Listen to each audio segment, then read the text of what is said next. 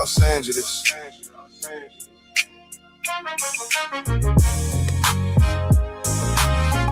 This is bigger than where we come from. This is about where we go from here. For every OG, every big homie, every little homie, every mother, every father,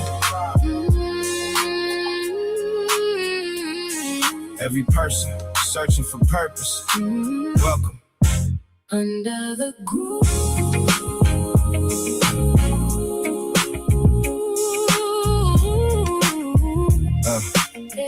Under the groove. Under the groove.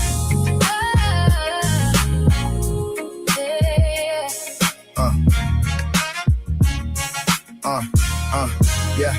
West Coast sun shining while the city come alive. Palm trees in the breeze, another day to survive. I seen pain in the streets, I seen dreams in the struggle. Seen people lose hope, then rebuild from the rubble. Every set got a story, every block got a past. Every scar got a lesson if you willing to ask. Little homie on the corner, looking for direction. Searching for respect, searching for acceptance. Big homie, put them Closer, listen, young man. Your life worth More than the weapon in your hand. Real power ain't fear, real power is control. It's the knowledge in your mind and the strength in your soul.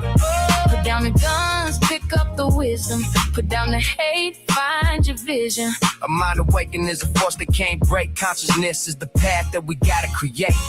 Under the groove, where knowledge becomes wisdom, where struggle becomes strength, where family builds together, and we break those chains. What's under your groove? Is it love? Is it purpose? Is it purpose? Is it unity? Is it community? Wake up, black people. It's time we elevate the future in our hands. We can't afford to wait. Under the groove.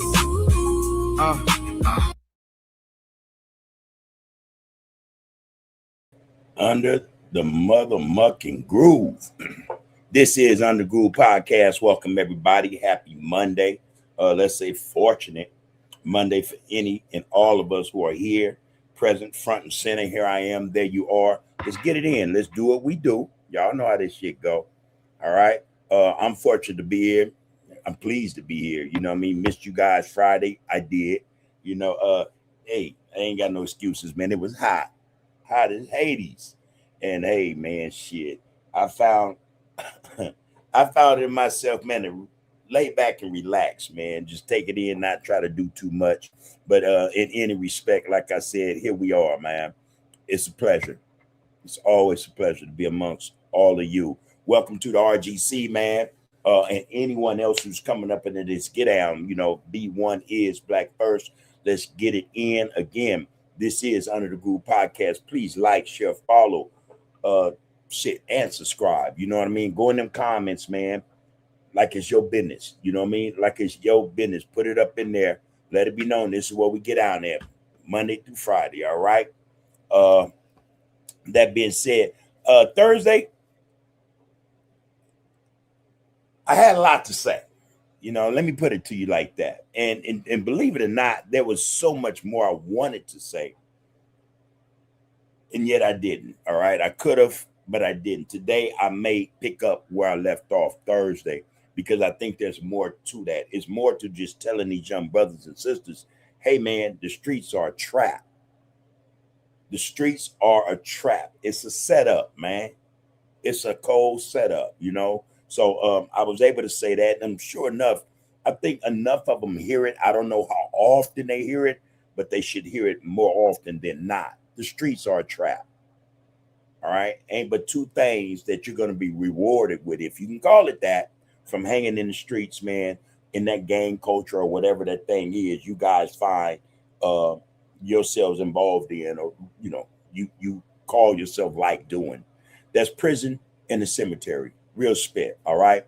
But also, man, there's a toll to be paid, not just from you, but your family. You put your family in that mix in more ways than one. You know what I mean? Like I was saying, you tax your family by going to prison, you know, and these are probably the same people you didn't pay homage to, enough respect to, consideration and love. But the first minute you land up in them situations, what is the first thing you do? You're vying for the phone. You need that phone. You need to make some phone calls. You need to see if somebody pull up some bail money for your ass. You know what I mean? And if not, if you ain't got no bail, hey, can you put some money on my books? And get the commissary, give me some deodorant, some toothpaste, you know what I mean, a comb or something, some noodles, you know, some chicharrones, you know, all that stuff, you know. That's what it is. Now you're asking your people to go in their pockets and look out for you based upon the decisions you made. That's one aspect. The other is the impact. The impact, you know, like I said, it's more than financial. Your people go through that right along with you. The stress, the depression, you know, the uncertainty. Will you make it up out of this one? Can you escape the trap, the hold, all that shit, right? They're involved in that for the most part, from your mama down, your daddy down, brother and sister, auntie, uncle, your girlfriend, and some of your homies, all right? They in it. You done bought them into your mess. And they got to come out of the pockets. They might be short on some bills, some rent, car note, you know, just to show you they still love you in spite of the fact, all right? There's that aspect. Then just say, man, you know, and we don't want to put this in the atmosphere, but these are the possibilities of your involvement with the streets. You end up dead. Now they got to pay to bury you. And like I was saying, man, that shit that, you know, to bury brothers nowadays is expensive. You know, it's expensive, from the arrangements of the flowers to getting the church to do it, the casket, man, the t-shirts, the food, all that stuff. It costs. It costs. But we're not thinking in terms of avoiding all that. You know, we're not even on that, man, but we should be. But we should be. That was the gist of it Thursday, man. But like I said, it's deeper than that. The profundity, or, you know, the insight, more in depth in terms of what this shit actually brings to the table, is deeper than that. You know, starting from you being incarcerated 20, 30, 40, 50 years for whatever act you committed. You know, there's that process in prison. Should you make it out, you know, after 3 decades, 4 decades, there's more strain on the people, the family. You know, now they got to figure out a way to get you on your feet. More money out their pockets. You know, more time that they don't have to do the things they need to do, or that they established since you've been gone. That shit is real, man. That shit is real as hell. You know, the tax continues even after your release. You know, and they help you with job applications, going to fill out, you know, job applications, shit like that, take you here and there. You know, you need your social, you need your ID, you need your driver's license. Money. I don't know if they still pay $200 at the gate. Not quite sure whether they do or not, but that ain't gonna get it. That ain't gonna cover much of anything, you know. Then you got clothes, shoes, clothes, you know, where you staying. You know, all this stuff matters, man. And if we're not in a position, or we're not thinking in terms of what all this stuff entails, then we're being inconsiderate. We're being selfish, man, beyond reason. Beyond reason. We messed our lives up. Now we want everyone else to put their life on hold to make sure that, you know, you can get your shit together. And the hopes are like, damn, I hope he got his shit together. I mean, waste my time on this such and such, and he come out here with that same shit, you know. This is what people got to contend with, man. You know, you got to go through all that. Housing denials, you know. Some relatives, some of your people might not want you staying there 30, 40 years in prison. I don't know what this dude went through. I don't know if he's rap tight. You know what I mean? All that shit matters, man. Every bit of that matters, all right? So let's get that straight, man. There's a whole lot you got to come back out here and do in terms of being responsible, accountable after long periods of time in prison.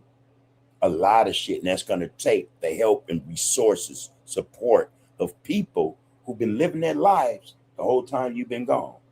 Now they got to put their shit back on hold again because, the choices we make. That's just some of it. But again, the debt doesn't end, at sentencing. It follows you, man, from the time you're sentenced to the time, if you're fortunate enough to make it out home. Your people are being taxed. That's the truth, man. That's the stump down truth. Ain't no need of me lying. Like I said, when you get there, man, it's either mama, grandmama, maybe pops, maybe grandpops got your back. Because the truth is, mostly everybody in a matter of years are going to fall off. It's not a good look, man. And a lot of you can't even envision that. But that's exactly what's going to happen. Again, you get in front of the horse's mouth, man. Ask your OG homies, if they still around that done a gang of time, what that was like. We got to look at shit, man, from a different perspective, because there's a lot needs to be done, man.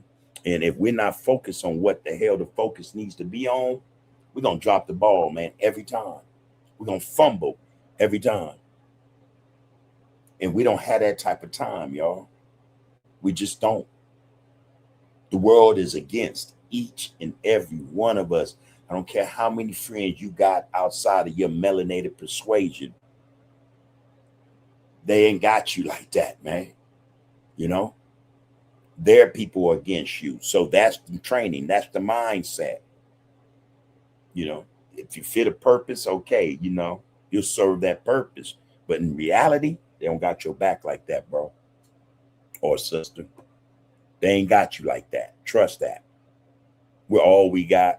And this is why I'm saying what I'm saying to you, brothers and sisters, man. You got to start seeing this for what it really is.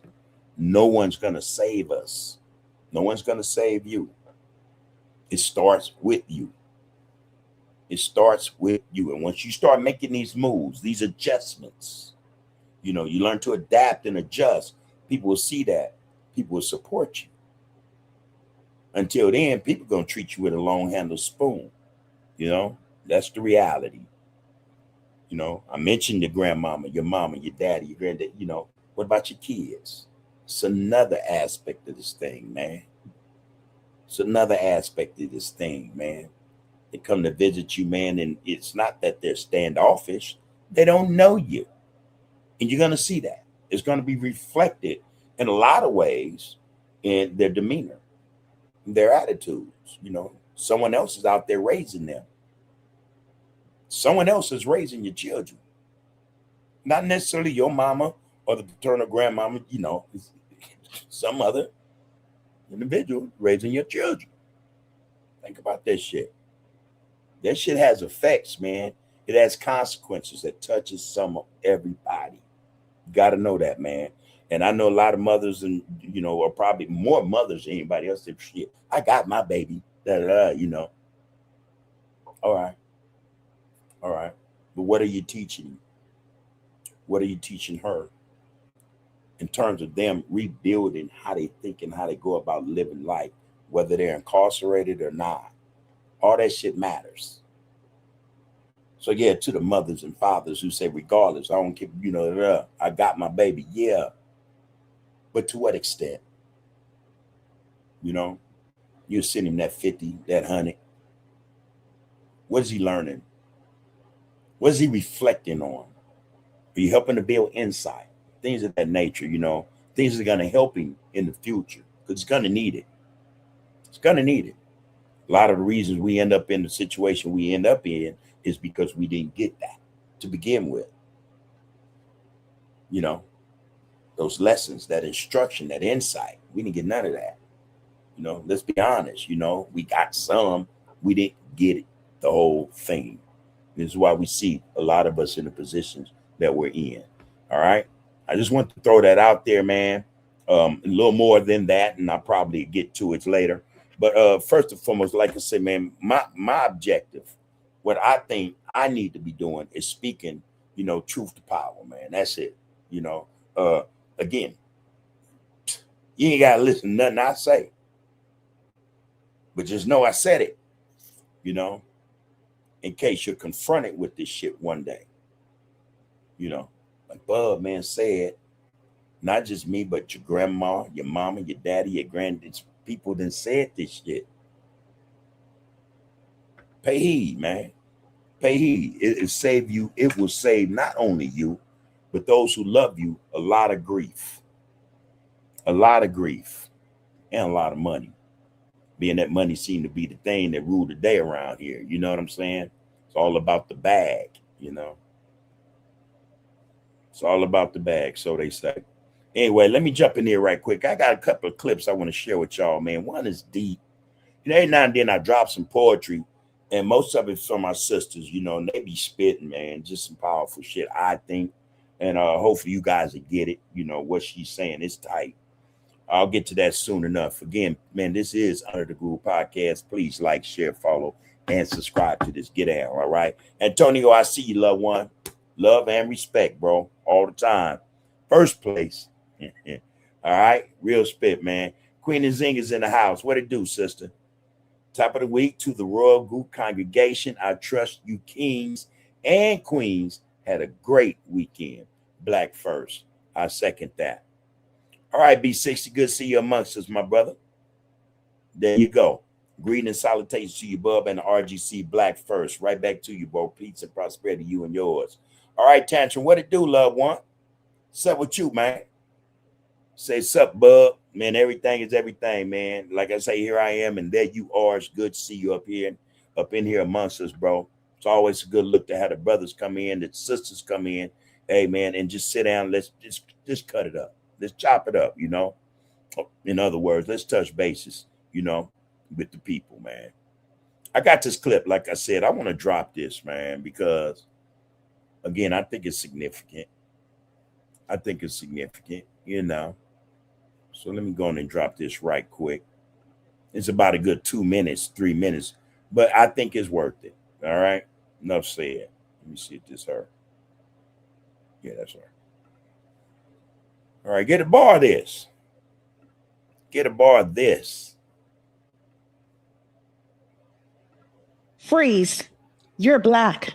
Now tell me, what's the right reaction? Hands up, too threatening. Hands down, too passive. Speak up, too angry. Stay quiet, too complicit. Run, you're guilty. Stand still, you're suspicious. Smile, you're performing. Frown, you're intimidating. Tell me, what is the proper choreography for surviving inside of a skin that everybody keeps mistaking for a weapon? Tell me, because I spent my whole life auditioning for innocence in front of a jury that already mesmerized my verdict. Tell me, ain't that a hell of a thing? To be born and immediately become evidence, to inherit a body and spend your life trying to convince the world it belongs to you. My mother taught me how to say, yes, sir, yes, ma'am, before she taught me how to say, I love you. Not because she loved authority, but because Black mothers know sometimes respect sounds a lot like survival. Sometimes survival sounds a lot like surrender. Sometimes surrender is exactly what we call it, where the Black person is too exhausted to explain their humanity again and again and again and again. I'm tired. I'm tired of being told I'm too Black for some rooms and not Black enough for others. I'm tired of being othered in every room that I walk in. I'm too educated. I'm too loud. I'm too successful. I'm too articulate, as if intelligence is somehow trespassing, as if excellence requires a permission slip, as if every achievement must first survive an interrogation. Now tell me, how do you win in a game where the goalposts got legs? Being Black is exhausting, where history changes clothes but keeps the same intentions, where they love our rhythm but they fear our heartbeat, where they love our culture but they criminalize our condition, where they love our music but silence our mourning. They love our flavor but they choke on our truth. See, they love us best when we entertainment, when we dance, when we score, when we sing, when we make pain look profitable. But let a Black person become a mirror, and suddenly everybody got a problem with their reflection, because reflection is dangerous. Reflection asks questions. Reflection remembers names. Reflection does not let history slip away wearing a new suit. Reflection is staring back at you, and I know what some will say. Well, things are better now than they were back then, and maybe. But better and healed are not the same thing. A scar is proof that something survived. It's not proof that it didn't hurt, and Lord, it hurt. It hurt so bad watching fathers become statistics. It hurt watching mothers become miracles. It hurt watching children inherit fear before they inherit property. It hurts realizing that freedom can be legal and still feel expensive. But here's the testimony. We're still here. Still turning struggle into symphonies, still turning grief into gospel, still turning closed fists into open businesses, still turning no into neighborhoods, still turning survival into something beautiful enough to call legacy. You see, blackness is not tragedy. Blackness is alchemy. We take what was meant to break us and somehow we still make it beautiful. We take chains and somehow still make it rhythm. We take pain and somehow we still make it poetry. We take rejection and somehow we make it a revolution. We take what we may feel like surviving death, feel like the best experience on earth. So no, I'm black and I don't have the right reaction. I have every reaction. I'm hurt, I'm angry, I'm sad, I'm mad. I have the rage of my ancestors, the prayers of my grandmothers, the resilience of my brother, the dreams they tried to redline, the joy they couldn't legislate, the brilliance they couldn't erase it. If that makes me too much, then maybe the problem was never my existence. Maybe the problem is a world that keeps asking Black people to shrink so other people can stay comfortable. So no, I'm not gonna shrink. No, I'm not gonna soften. No, I'm not gonna apologize for taking up the exact amount of space God carved out for me. So freeze, you're Black. Now tell me, what's the right reaction? Maybe there isn't one. I can't ask Nolan. I can't ask Cyrus. I can't ask Carmelo. They didn't have the right reaction. So maybe that's the lesson. Maybe the freest thing a Black person can do in America is stop asking for the right reaction. There is none. You just have to be human. Sunset Monet. Deep. Hope y'all got that, man. Deep. Deep. What's up, Antonio? You said, man, I shared you, big homie. I most definitely respect my elders. I'm still with you. Appreciate the fact that you are still here. Like I say, and for me, man, it's the matter is, reaching just one of you in the hopes that you reach just one of you. You know what I'm saying? And we spread this message, man, that it's our time. You know what I mean? It's our time, man. We have to wake up and get this shit done because no one else is going to do it for us. Most of everything this sister just said in this poem, I think it's called Freeze. It's truth to power. Truth to power. We're in a situation, man, where no one loves us. Especially if we're not doing something that benefits them, something that they can find joy and pleasure in, you know what I mean? But our joy, our pleasure, our freedom, our sense of being or whatever, our respect, it's non-existent as far as they're concerned. So hey, man, for any and every one of you that come in here, man, and spend your time and share this get down with others, man, that's a blessing. That's us being fortunate. That's us letting it be known that, hey, man, we're waking up. We're getting the word out there, man, and that's all that matters. It's all that matters. You know what I mean? I don't worry about nothing else. My thoughts are connected to whether or not somebody got something. Just one of you got something from anything that's put up on this platform, this podcast. And hopefully it's enough to where you guys will go and share that with somebody else. It's all that matters, man. So I appreciate you, Anthony, man, all the time, bro. What it do, Chris? What's up with you, man? You say I'm in the under the groove system, man. Hey, man, love it when you're hanging out and you're doing what we do, man. Tapping in. Appreciate you, man. Yeah, she's dropping that high science, man. Again, she was handing out gems, man. Some tight shit. And again, if you listen to it, after everything's said and done tonight, I would like for you guys to go back in, everybody that's checking it out right now, and listen to that again. And then you tell me, man, in the comments, man, whether or not that was some solid shit, if that was truth to power or not. Everything she said was hitting. She didn't tell no lies. And that's what we do here. We don't tell no lies. You know what I mean? We say what it is, man.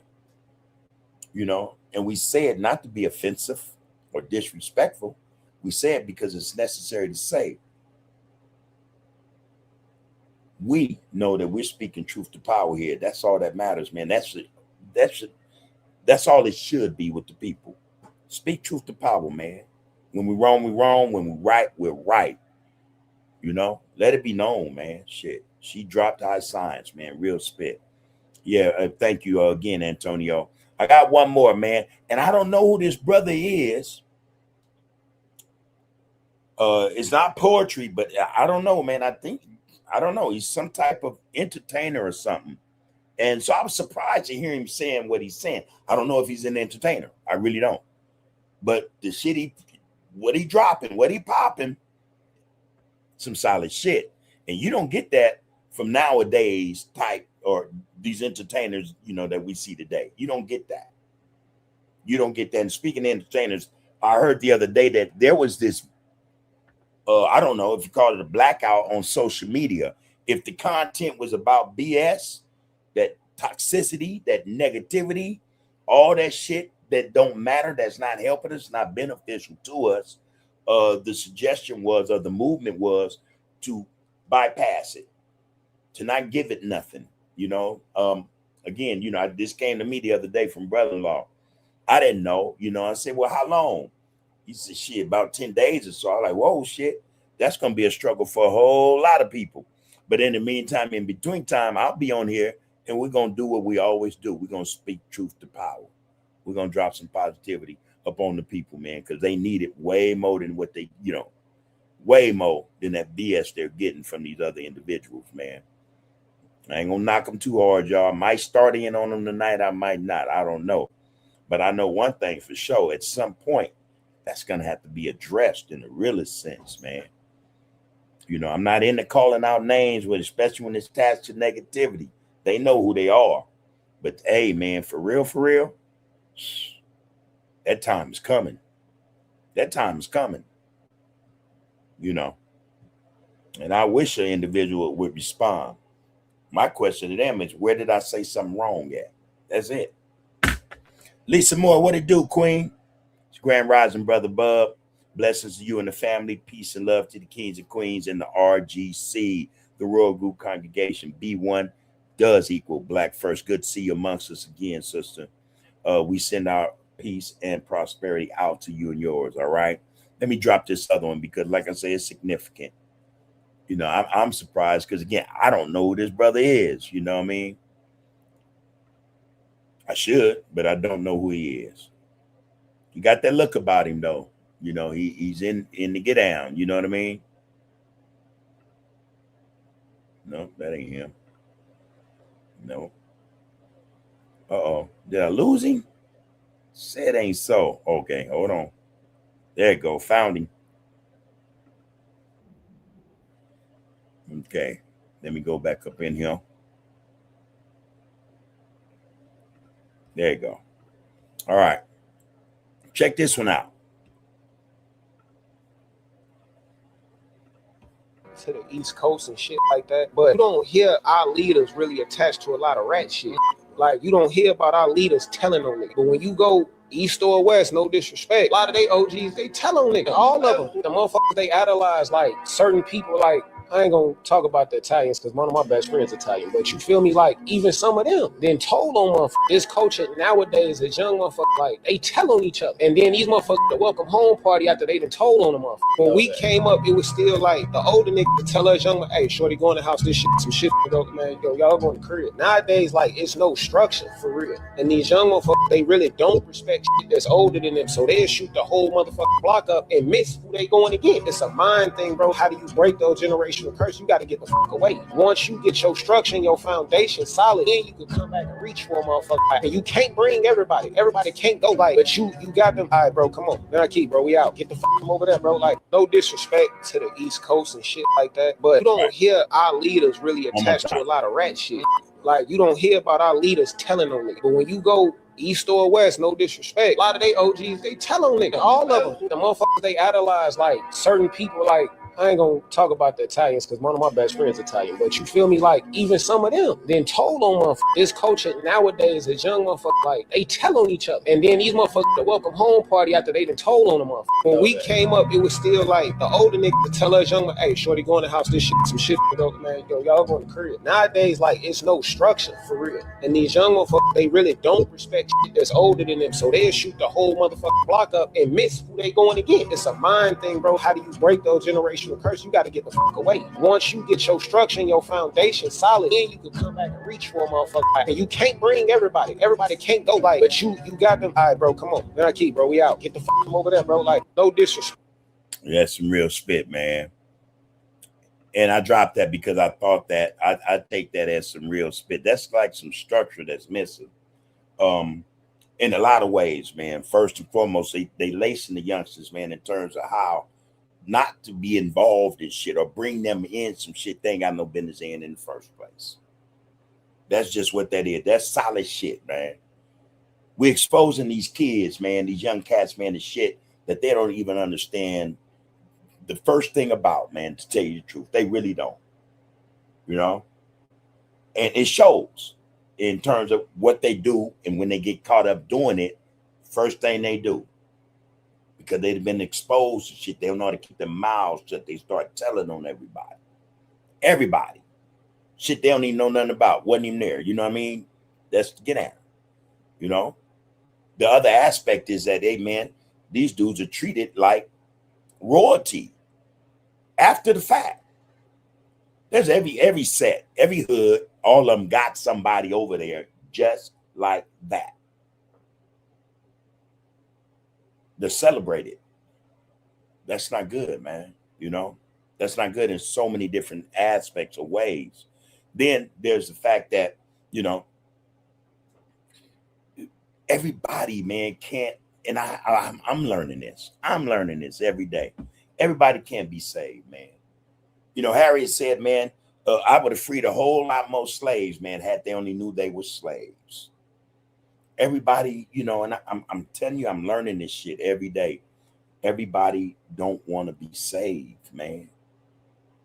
Some of our brothers and sisters, they are cool with the position they're in. They're all right with the way they carry on, that behavior, that lack of morals, lack of principles, no integrity, you know, the backstabbing, the telling, all this shit, you know, the backdooring, the in-house BS you see. They're all right with that. That's a problem, man. That's not brewing. That is actually occurring, and it is affecting, man, good people. Good people. Again, a lot of these young cats, they go and they, what they call putting in work, and they just let, you know, they squeeze the thing, man, and they just say, I'm not advocating that in no form of fashion, but I get the point. You don't even get your man. You know, how many innocent individuals have lost their existence, man, behind some shit like that? Quite a few. Quite a few. And the coldest part about that, when these cats go and do that, the coldest part about this shit, man, and I don't know how they missing this, is that some of everybody from some of everywhere is all over. We got this mentality that, okay, that's the ops, and you same cats from where they hanging with the ops. They cool with them. You know, they bros.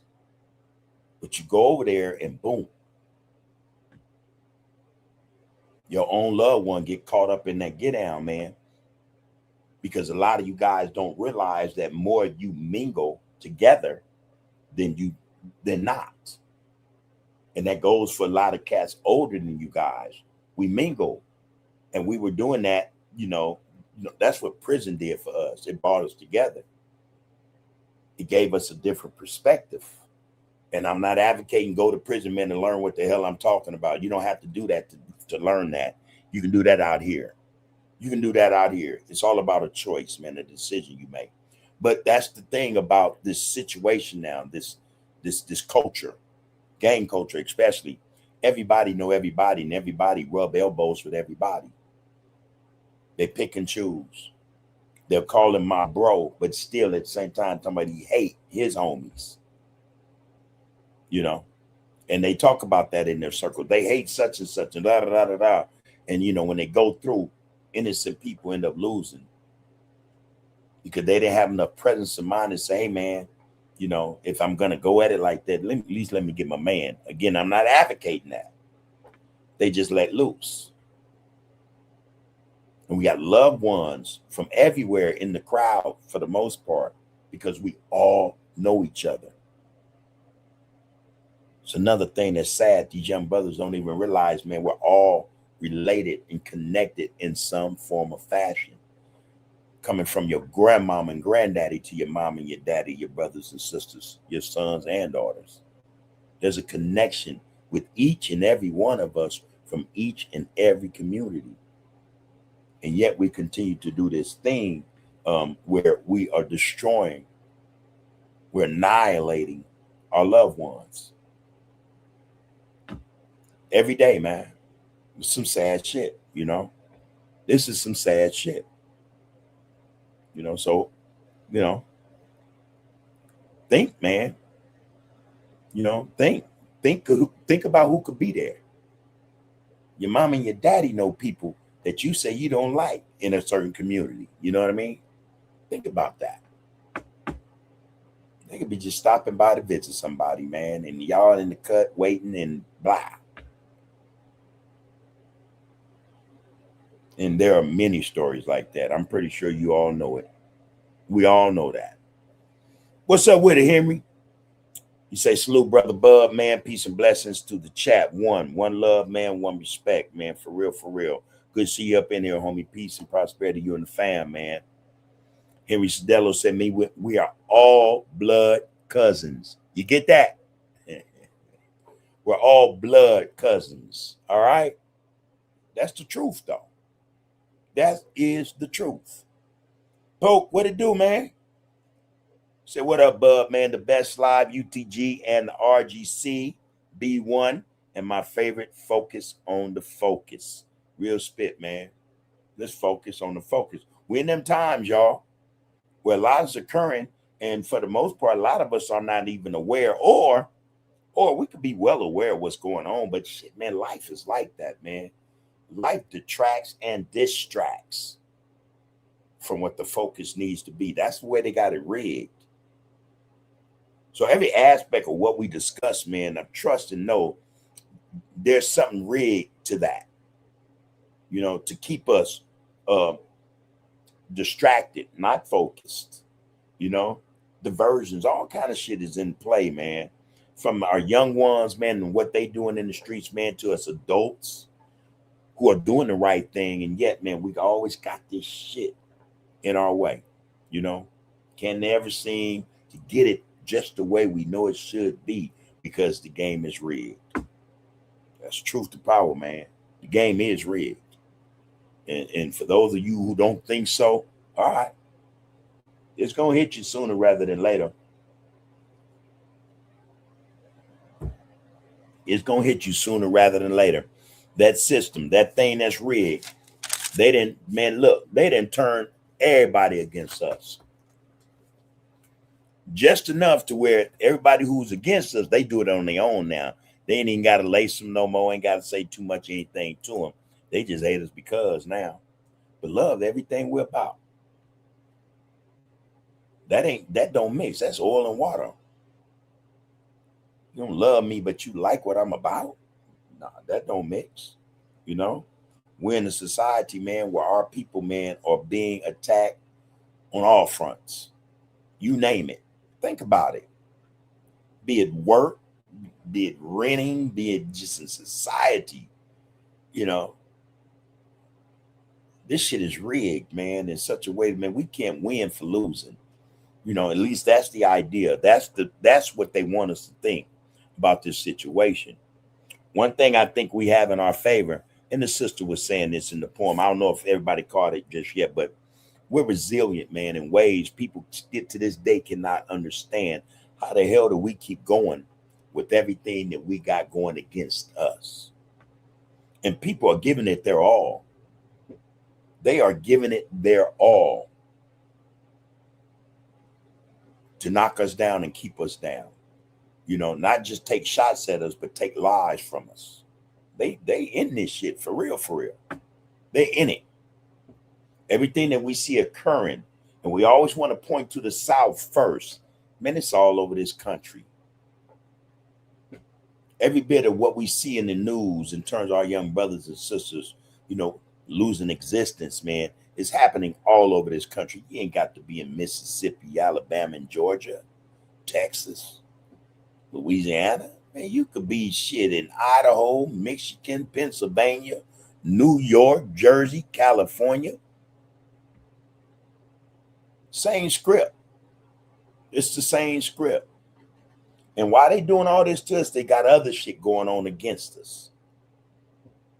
They have the audacity to tell us we can't black out, that we can't decide who we spend our money with.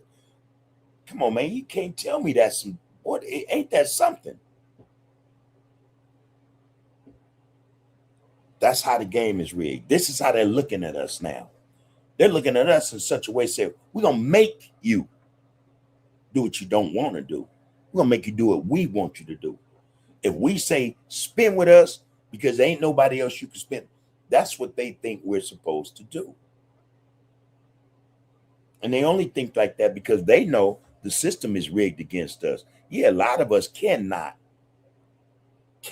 go to banks and get them type of loans. That's just the truth. You know, and you know, let's be real, they'll use our credit score against us and everything to deny us a substantial amount of money to really start a viable business. They'll do that. You got a business plan, you know this thing gonna take 100 racks. They're gonna offer you 35. Let some other demographic come into the same get down, right? Same business plan. Guess what? They may get 85. They may not get the 100, but they're going to get 50,000. You know, that's just the way it works. And these people have the audacity to say that we ain't shit, that we complain too much, that we're lazy, we're shiftless. Now, man, we've been doing this shit for a very long time. We know this game all too well. They're new to this, not us, you know, and yet we still push. We're resilient like that, man. We find ways to get it done. You know, that's a testimony I'm pretty sure each and every one of you can share with anybody. You know, and when you tell them, this is the coldest part, when you tell them, hey, man, the system against me, man, they'll look at you like you're a complainer. You're a crybaby. How's the system against you? We're in the same boat. You know, I got this, that shows, man, that lack of understanding, that lack of confidence, that they don't really know how the system works, especially against us. That's the truth that a lot of them don't want to hear, because a lot of them actually think they work harder than we do. Wow. I've never known any ethnicity at a job that worked harder than us. You know, and that's not to say some of our people don't go in there and be bullshitting. We all do. And I mean by we all ethnicities, all demographics got them type of people. But overall, you can't tell a black man or woman nothing at a job that they don't know about that damn job in and out. And all the things are on the fringe. You know what I mean? We can tell the job, we tell the supervisor and the manager the job better than he knows it. And in fact, could run it way better than he runs it. Facts. But they've been indoctrinated with the ideal or the thought that we're shiftless, we're lazy, we ain't about nothing. Most of them will tell you, oh, y'all ain't never done nothing. Your people ain't done nothing. Y'all ain't contributed nothing to society. I mean, they're real quick to say that. You know, and again, this is the propaganda that they hear from those who are in power. That's the first thing come out their mouths. You guys come from Africa. You were savages. You were this, you were that. You know, they negate to say, well, you know, some of y'all are already here and were established for our ancestors got here. You know, not just native, but indigenous. You people were here, you know what I mean? Before slavery. They'll never tell that side of it. Most of them know it. Why is that? Because they've been telling this lie for so long, and they know that if the truth come out, things will change. Perspectives will change. It's sad that a lot of POCs, people of color, don't already know this shit coming from where they come from. Their homelands experience some of the same shit, the same supremacy, white supremacy, laws, rules, regulations, restrictions, prejudices, and racism. And yet they still come here and they act the way they act. I think it's because they say, hey, man, yeah, we see what's happening. We don't want to be in that position, the lowest rung on the ladder. So we're going to play the white supremacist game. In fact, we're going to keep it up and running for them. Again, man, most white supremacists ain't really got to do anything anymore because these other races have taken the mantle, have taken the baton, and they're running with it. In fact, a lot of them, man, they carry on worse than the white supremacists when it comes to us. All the shit I see, man, and these people, man, and how they act out towards us, I don't know. It makes me think that when times change, and they will, they may not, they may not deserve a pass. They may not deserve a pass. We may not want to give them a pass. That's just my thought, and I've said this before. I think about that often, just based on. And that's not to say all of them are like that, but enough of them are for us to know that this is something that it exists, not just in their communities, but in their homes. You know what they say, man, you're guilty by association. I might want to stand on that square. You know what I mean? Real spit, man. Let me get these comments, y'all, and I'm going to pick up where I left off. Chris said, yes, we have more in common than not. And that's the truth, man. We're blood cousins. Straight up. There's not a one of us whose great-grandmother, great-grandfather, great-great-great even, down to the grandmother and the mother and the father, who've been through something none of us have been through, our people. Real spit. We have existing in America in common. If that don't beat all, man, I don't know what to tell any of you, man. We have people that can tell you the stories. You young brothers and sisters, you got them, aunties and uncles, mothers and fathers, grandmothers and grandfathers. Man, go ask them. Ask them. So that you could get some understanding, man, and hopefully from that you can get some direction, some legitimate instruction from someone who really loves you. You know what I mean? It's going to make sure that, everything they're telling you is above board. We got a lot in common, y'all. And every day, though, we're being told we don't. Every day there's some divisive manipulation put in place to keep us separate. Divide and rule, man. That shit is alive and well. All right? Alive and well.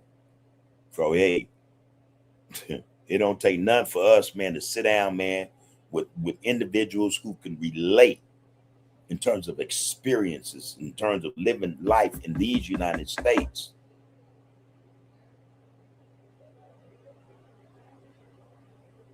Those experiences are common amongst us. I can go to your mama, your daddy. You can come to my side of the family, and the stories are abound. They could tell you stories from when they left the South, when they left Chicago, when they left Detroit, New York, Jersey, Milwaukee, Pennsylvania, and came to California. What it was like before they left, what it was like when they got here. The stories are the same, man. The stories are the same. And that would include even those who had seemed to rise on the ladder, there was still that circumstance. The skin. That skin. All right? That's some real spit, man. There's nothing that none of us have went through that any of us have not gone through. And that would include these young individuals, these young brothers and sisters. Ain't no doubt in my mind. If they haven't heard it, they seen it. They were on the receiving end of it. You know what I mean? Just because that skin or that demeanor, you know, how they carried themselves. They hated for that, even more so. But put them together, oh my God. They don't see it yet. This is why we need to be talking to them so they can see it. It's in the school systems, man. It's in employment. It's in civil servants, the police. You know, it's in the financial system. It's in housing. That get down affects every aspect of our lives. Every aspect. And I don't care what age you are. Now they got something, though, for our babies. They call that social media. That's the new get down, right? And we tend to talk about how social media is affecting us adults, you know, or those at a certain age where, we supposed to have a presence of mind to be able to, hey, man, discern what's some bullshit and what's not. That's hard for a lot of them. But them babies, right? They got them babies captive, man. They got them babies captive. These babies are precocious.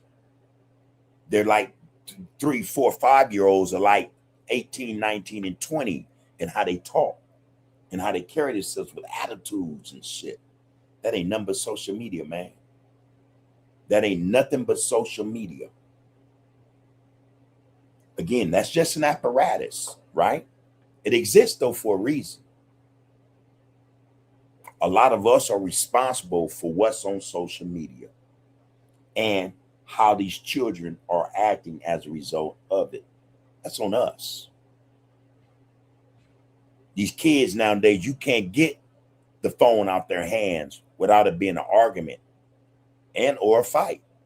Cuss words, swinging on you, having fits and tantrums.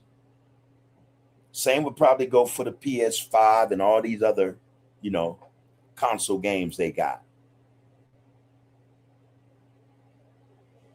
Their minds are wired into this technology, this social media, in such a way, half of them, 90% of them can't even read, man.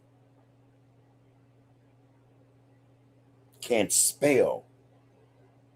Can't articulate themselves. Social media doesn't provide that type of learning. You know what I mean? Especially the kind or the type they're watching. That's not something that's provided to them. Most of these cartoons, these little kids sit up and watch. And I've done this. I've sat and watched what my grandkids watch. And I'm like, y'all letting them watch this stuff? There's always discord, an issue. Someone didn't like someone else, or they got animals fighting each other. Same cartoons we had back in the day, right? But these are more connective, if such a thing, exists. If that, if that makes sense. There's more interaction with this stuff. These kids can go and push a button and say, I want to see that again, or should so-and-so hit so-and-so with the stick? Push the button, yes. This shit is happening, man. And we wonder why, man, our people are messed up, man, because there's a lot being thrown at our people, man. That's just the truth. I ain't making that shit up, man.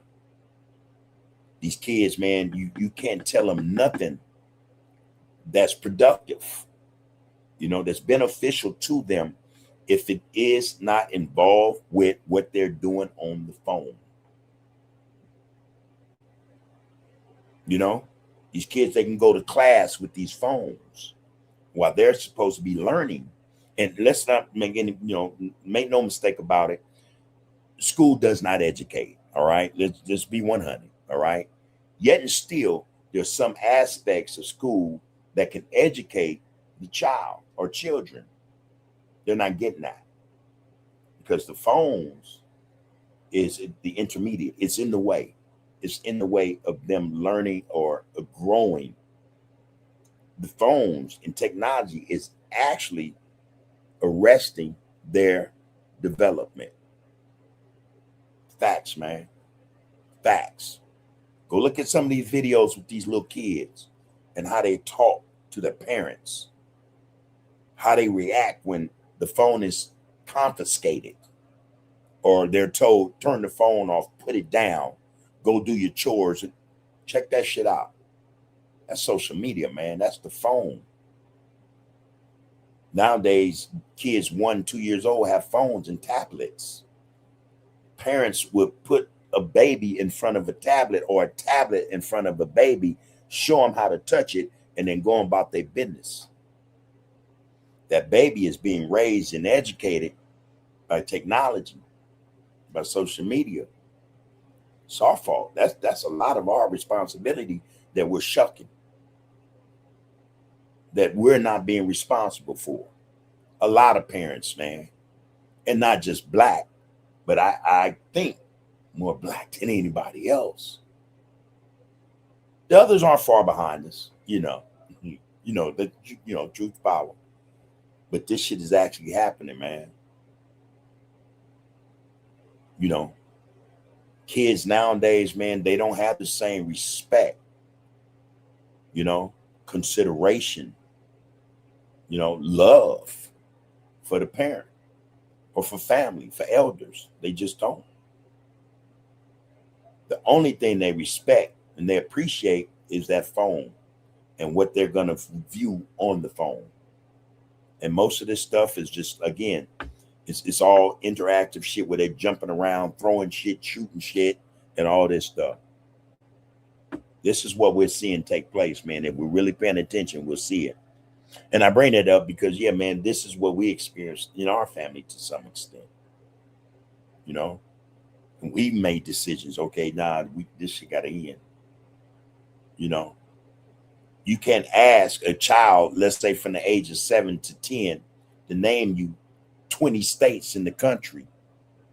What's east, west, north, or south? Seasons of the year. You can't. Not on that level or not on that scale to where you got 70% of them able to do that. To say otherwise is really unrealistic of us. But they can tell you who the latest rapper with trap music out, who's twerking the most on videos with these sisters, what video game is the best. They tell you how many hours they log in on the phone in a day. Our grandkids, nieces and nephews will come over here, man, and we have to literally put them to bed by taking the phones from them because they'll be up 3, 4 in the morning. What the hell? And then they'll sleep till 1, 2, or 3. This is our home. And we have like, oh no, that's a wrap. But this is what's happening, man. And we're not looking at these things that are affecting us, man. It's not just the white supremacy, but it's everything that white supremacy has put in place to, again, distract us, to arrest our development, man, to make us less than. And it's working to some extent. So all of us who say we're waking up now, I trust that. But there are twice that number of us who aren't and are not willing to wake up based on. That's some bad stuff, man. That's some crazy work. So when we say, man, if we don't do this shit now, by 2030, hey, man, that's a wrap.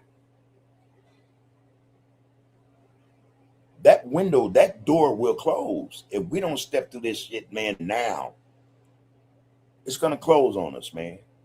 And there'll be no coming back. They're lining us up, man, right now. They line us up, man, through the food, through social media. They line us up, man, through all sorts of measures. All kinds of things they put in front of us. And for the most part, they'll tell us that was your idea. They'll give us credit for it. And in some cases, it very well may be. But guess what? We don't eat off of it. They do. They do. You know? And for those of our people who are not in that state of mind I'm describing, especially with our youth, guess what? They go on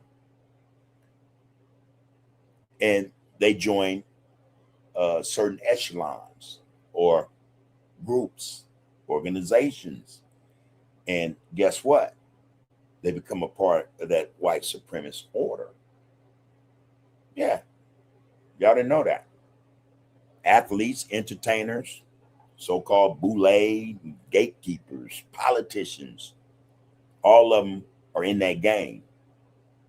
They're playing with that team rather than this one. That's the reality, man. For a lot of our brothers and sisters who go to these prestigious institutions of learning, higher learning, they don't come home. They do not come home. They do not return home with the knowledge they've acquired to see that the people do better. You know why? Because pictures have been painted for them in terms of what they can really benefit, what their worth is, messing with the white supremacists rather than their own people.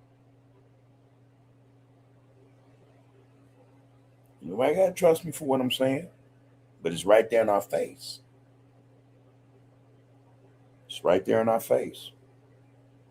I don't know if anybody actually thinks if Elon Musk,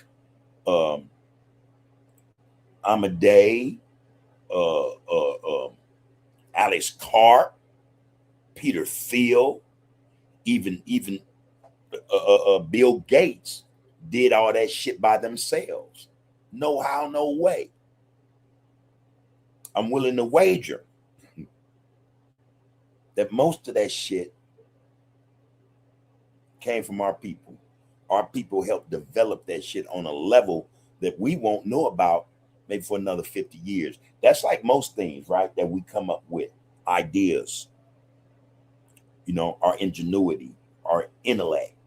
We don't find out this shit, man, for another 40, 50 years that, oh, no shit. She were black. They helped them do that. That's how that works.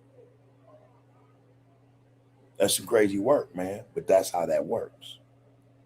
I'm just saying, man, we're in this situation. If we don't do better, we're going to be a lot worse, man, in about 4 years. About 4 years.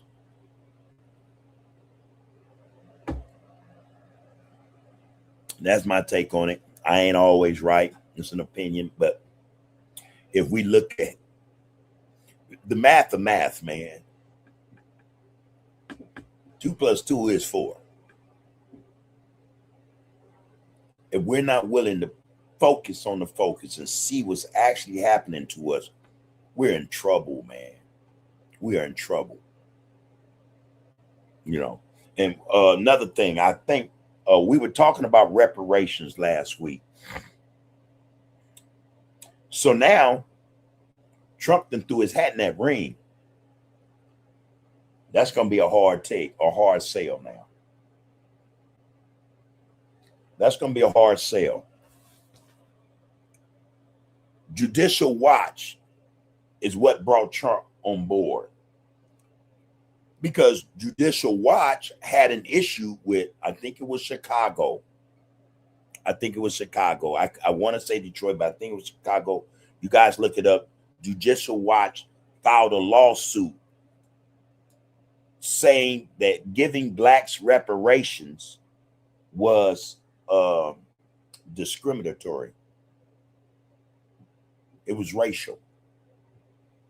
They don't care about, how, when the race started, those people got a 50-yard head start, 75-yard head start. They had but 25 more yards to run to finish, hit the finish line. We got to start at 0. That didn't matter. They filed the lawsuit. They're trying to stop Chicago from paying black residents who they can identify and determine who are, black Americans and who should, receive, I think it's some hundreds of thousands, right? They're like, no, hold on. We're not having that. And all of a sudden, Trump threw his hat in that. Like, yeah. Can't do it. Can't give him nothing.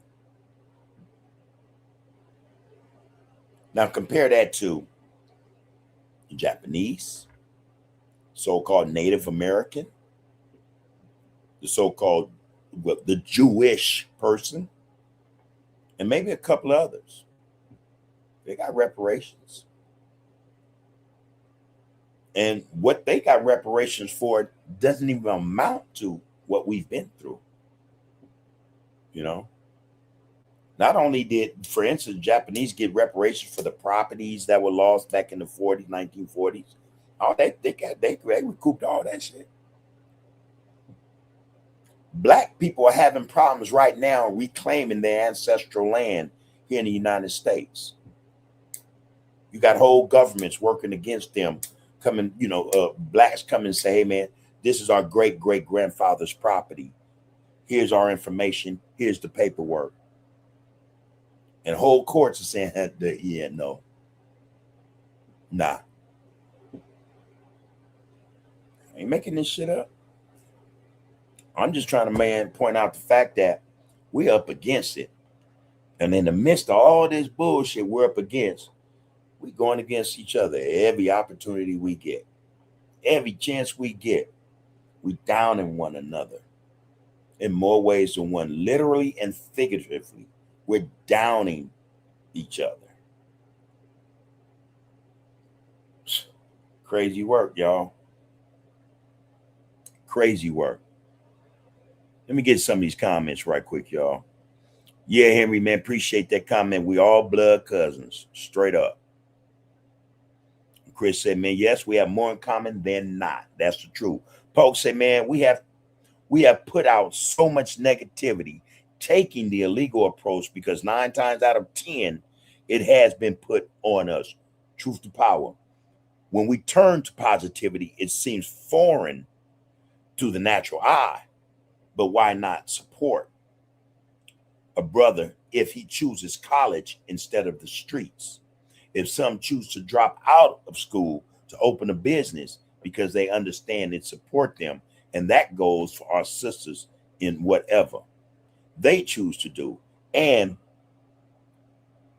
whatever they choose to do and be. We just need to support each other for the right reasons, and love will once again be our stronghold. Great point, Pope. Yeah, we don't see that. We don't see that. Like I say, man, I ask nonprofits this. What are you offering the kids? Other than safe passage, what are you offering, or what is offered to the children after school on the weekend, other than safe passage and Friday night lights or summer night lights, right? What is offered? There are no STEM programs. The only 2 I know of. They're not in South Central. Well, one of them is in Watts, the other is in Gardena. These other parks that surround in the surrounding areas of the communities don't have. Now, besides STEM programs, what else is being offered? For real. Or these nonprofits setting to the side money and letting it be known as a part of their nonprofit that we want to put X amount of children through college. We have a fund going. What's going on, man? When these kids leave these schools, man, they leave school and they're left to their own devices. That's it. Most of them head right to the streets, man. Most of them do not, from that classroom at the end of the day, go to a program that offers additional studies towards whatever, you know?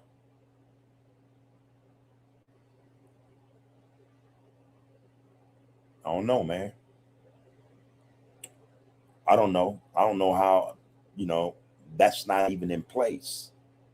Knowing what we know about our community and how it's under attack. How the hell, you know, that's not in the get out in the program.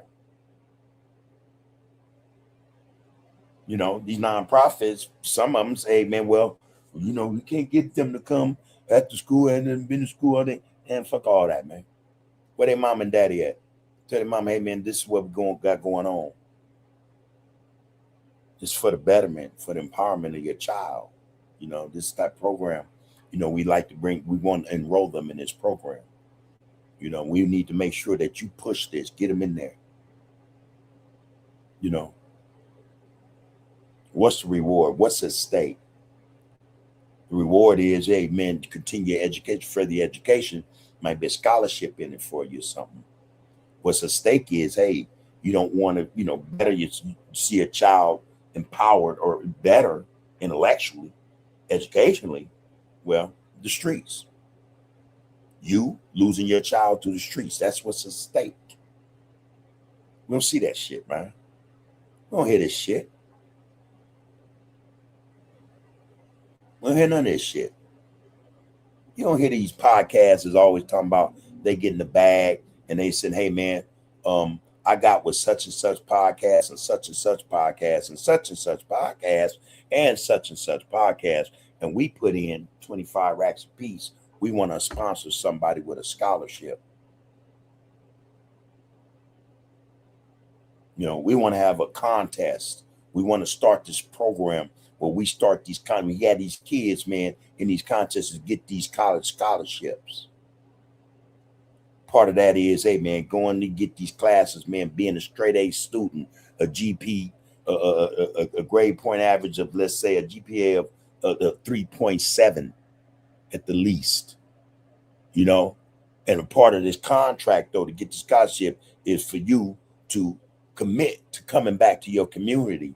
You don't see this shit. You don't hear this type of shit.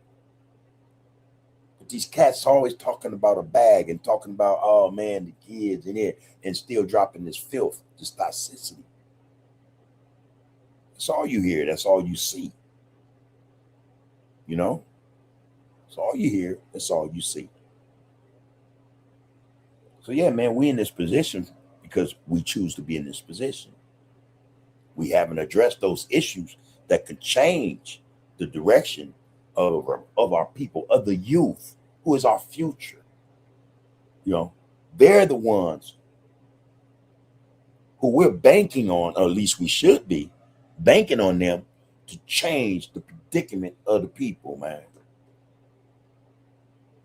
We get them up and running, and we be the vanguard. We be the front line for them. Make sure that they don't get, you know, distracted or be dissuaded, you know, sidetracked, diverted. We go to fight for them. I mean, that's how it should go. I think that's some common sense shit right there, you know.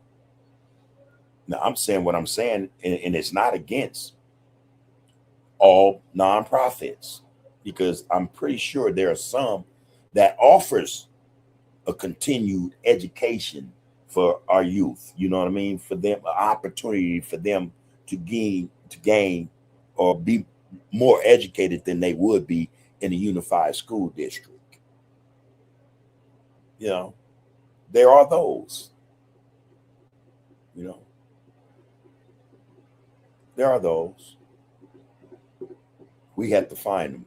You know, we have to locate them, man, and we got to see what they can offer to our children. You know, and that's a good thing that we got this thing jumping off on the 10th of August.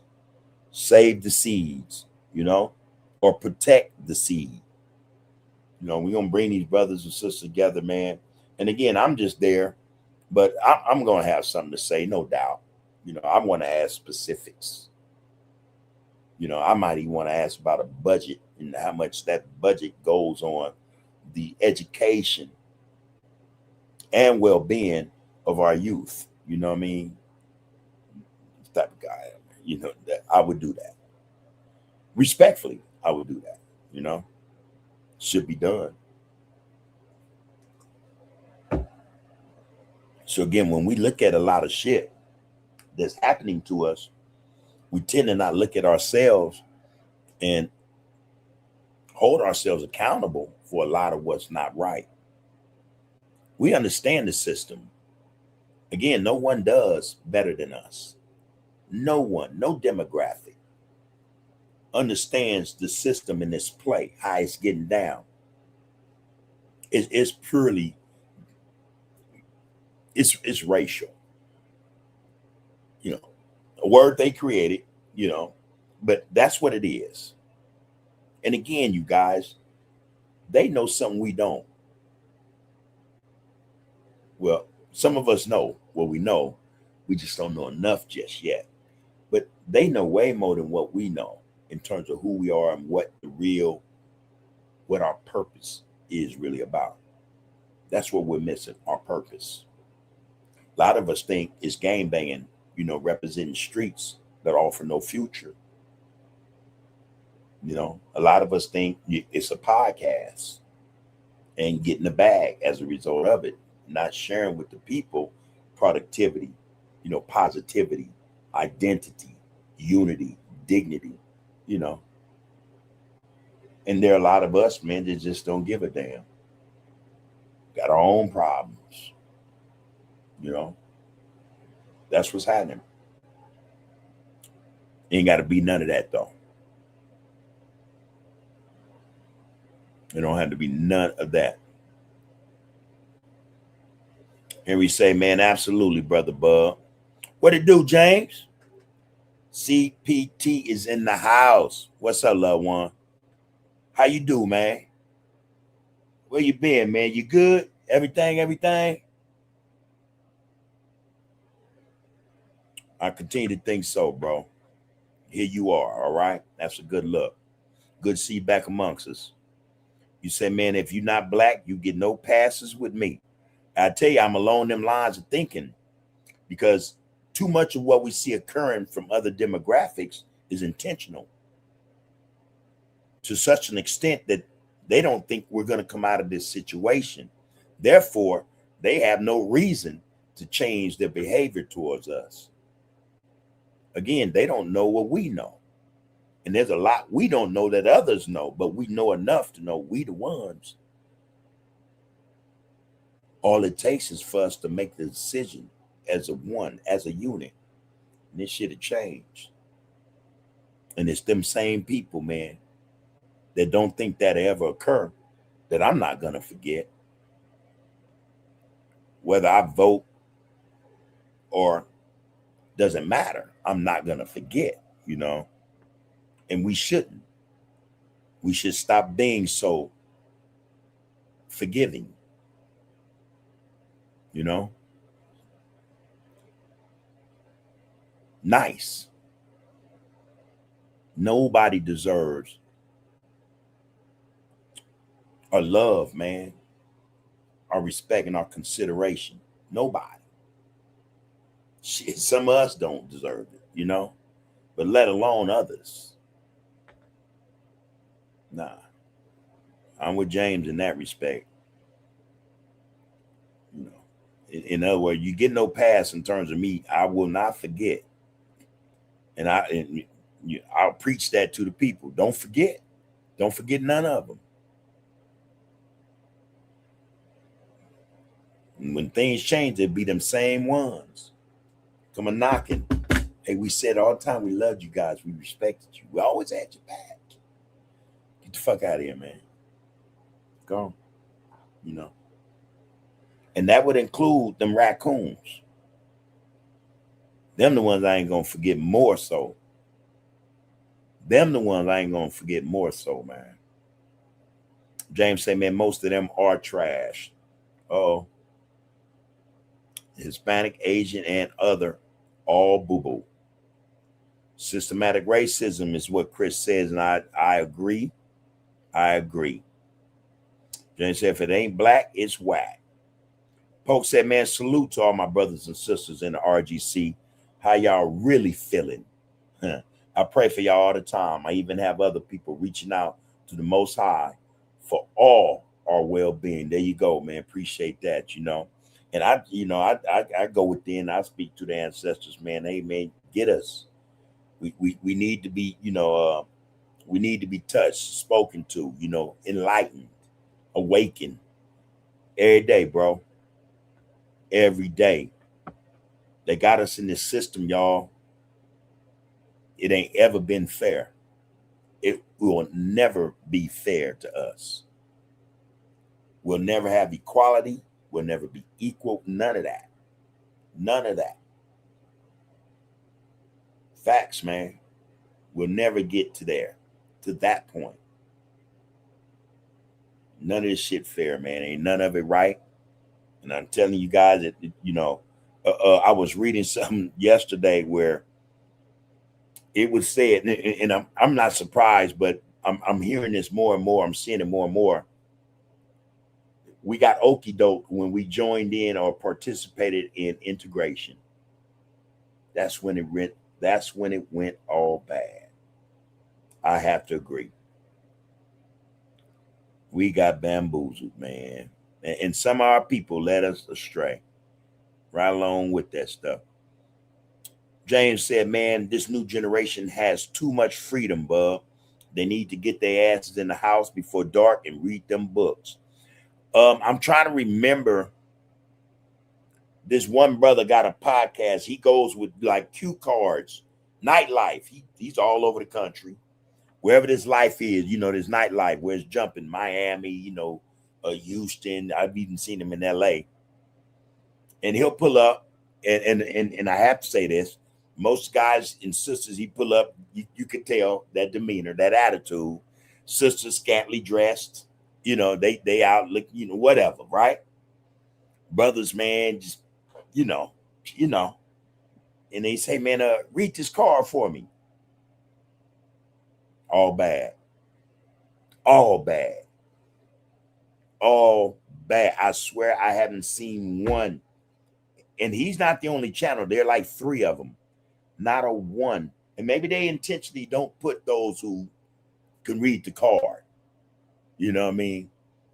Maybe they don't put them up intentionally. I don't know.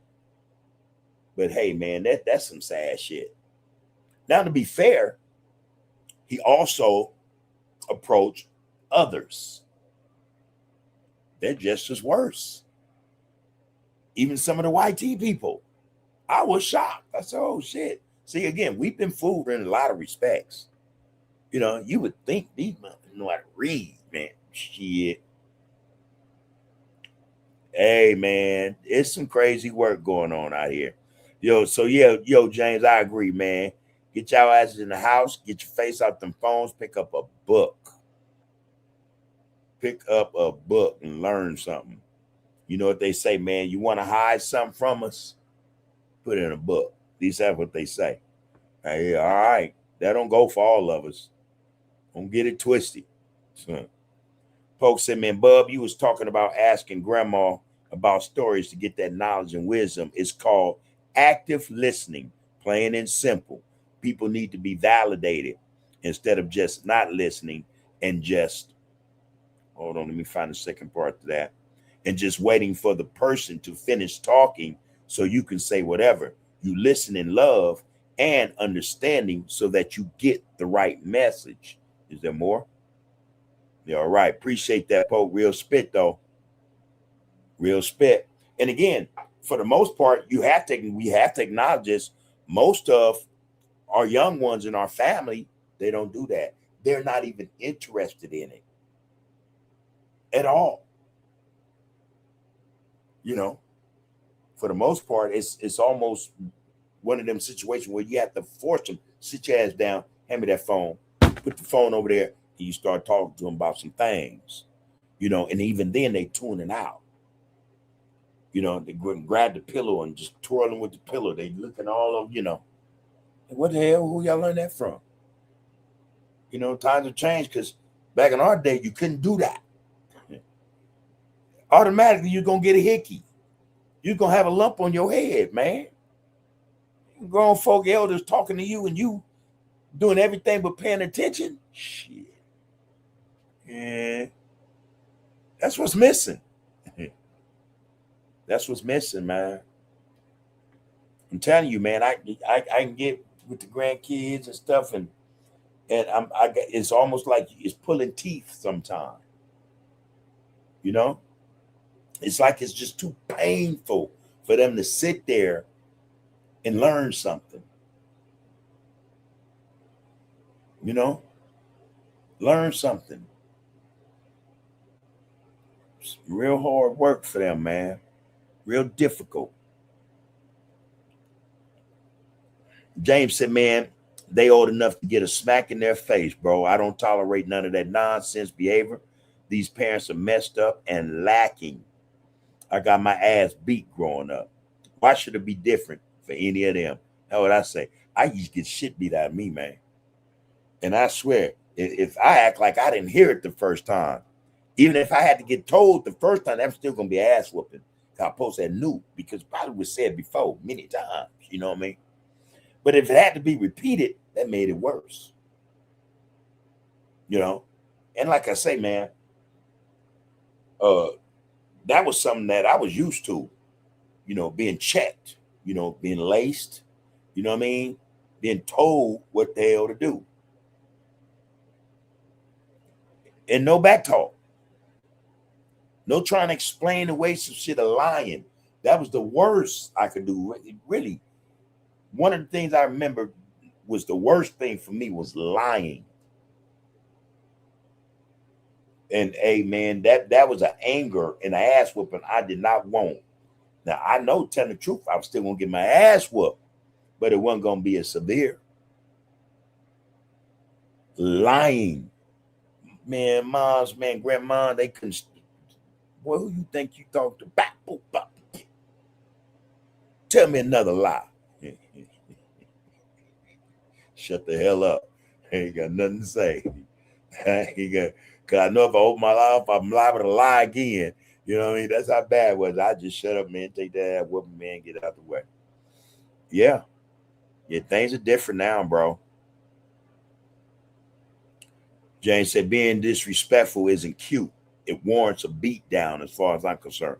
And that's something I'm totally against. Disrespect, man. Disrespect pisses me the fuck off. You know, I really mean that, man. And especially coming from like the young ones in the family. To lie to any adult in your family, to any adult, period, is disrespect. And I think that for a lot of our youth, man, they aren't taught that. They aren't chastised about disrespecting elders. And one of the worst ways to disrespect an elder is to lie to them, one, and talk back, two. You know what I mean? They're not taught this shit. You know, they don't get that ass whoop. Mothers nowadays, they cuddle. You know, they cuddle. You know, me and the wife can see something wrong with a grandkid, and we got to think about, okay, man, what kind of shit this gonna start? And we got to spank that ass. You know, how the mama gonna take this? You know, that type of shit. So it's all bad, man. All bad. Yeah, James said again, man, being disrespectful isn't cute. It warrants a beat down as far as I'm concerned. Truth to power, bro. You're going to say, man, and we touched on this before, but a lot of people out there older than me need to clean up how they talk. Bub, I refuse to kick it with brothers who use the B word or constantly put down women. Woo! Tell me about it. And again, that's, I have a problem with fuck and motherfucker. All right. I'm working on that. Trust me. But what I do not do is use that B word. We were driving the other day and some lady, wasn't black, but it doesn't matter if she's black or not, did something stupid. And I said, you stupid ass witch. I actually used the B word and I apologized to my wife right away. I'm like, damn, how did that come out like that? And I said, okay, see, you slipping, you getting so agitated with people pick you up, you can't, I'm like, oh, this is not a good look. And this was just the other day, man. And I felt embarrassed. I felt ashamed. My wife right there, she looked like, well, I'm driving. I said, I apologize. That's my bad. That's not something I do. It's not something I do. So I don't take any pride in it. I don't think it's fashionable. I don't think it's cool, So I'm with you on that, James. I'm with you on that. The N word, there's a few words I won't use, man. But yeah, man, I hear you loud and clear, bro. Folks say, man, what it do, James? He hollering at you, bro. There you go. James going to say, man, some of these fools, the way they talk is absolutely ridiculous. N-word at the end of everything they say. Now, let me jump in there right quick. Hold on. I'm finished reading it. Nah, man. N-word is like when I'm talking, I'm getting in my conversation. I'm like, you know what I'm saying, man? Hey, man, look, man. Instead, it's like, hey, ninja, you know what I'm saying, ninja? Hey, ninja. Oh, man, this ninja. Like, damn. That mug got more ninjas than he got we, you, me, anything else up in there. I'm like, hey, man. Yeah, I hear you, man. But anyway, you say N-word at the end of everything they say. B-word, this goddamn it, that, shaking my head. Low vibration ignorance, man. I appreciate reading that from you, bro. You say, God bless Monster Cody. Yeah, man. Yeah. Me and that guy. A lot of people don't know. Yeah, man. James said, man, you see, that's why when I was young, I actually had a desire to learn.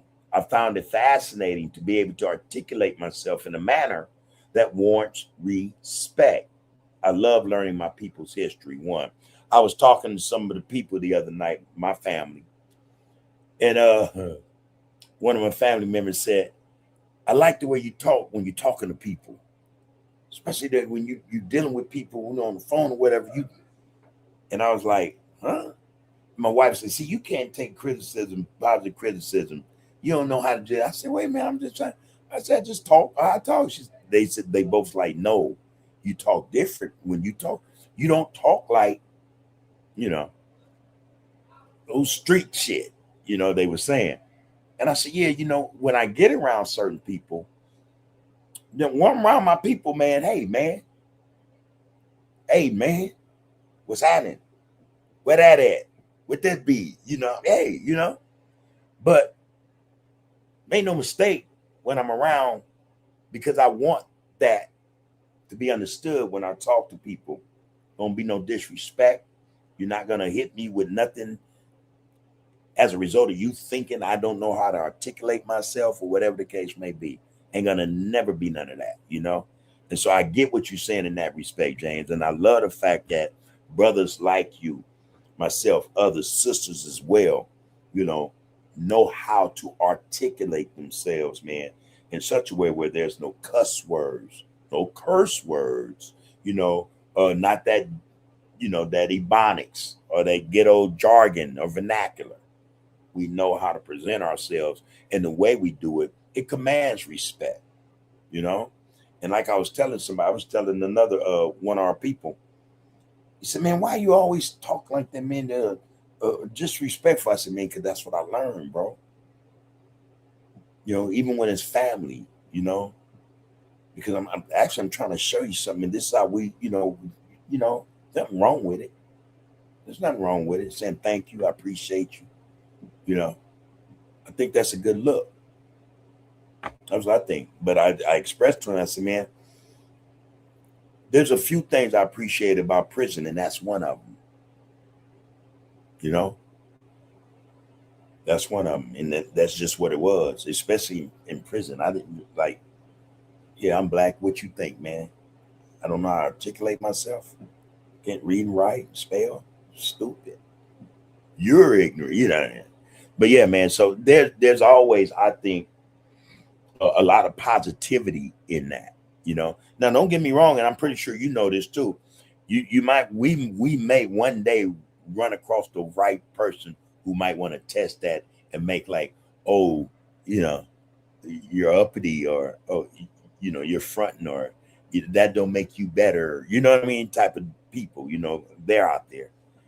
And the crazy part is, and my wife be telling me, be careful what you ask for, and I kind of understand that too.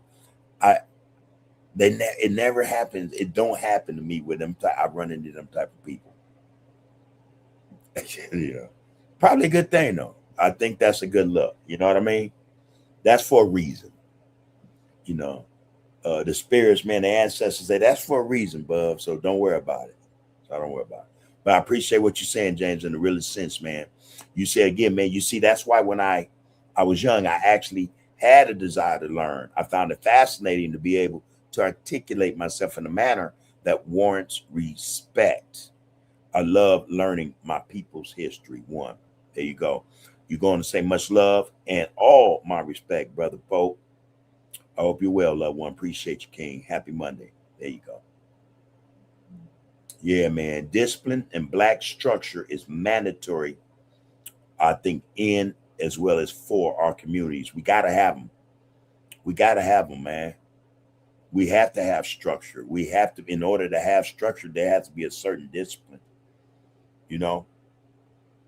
Whole lot of shit we missing, we're lacking in the community.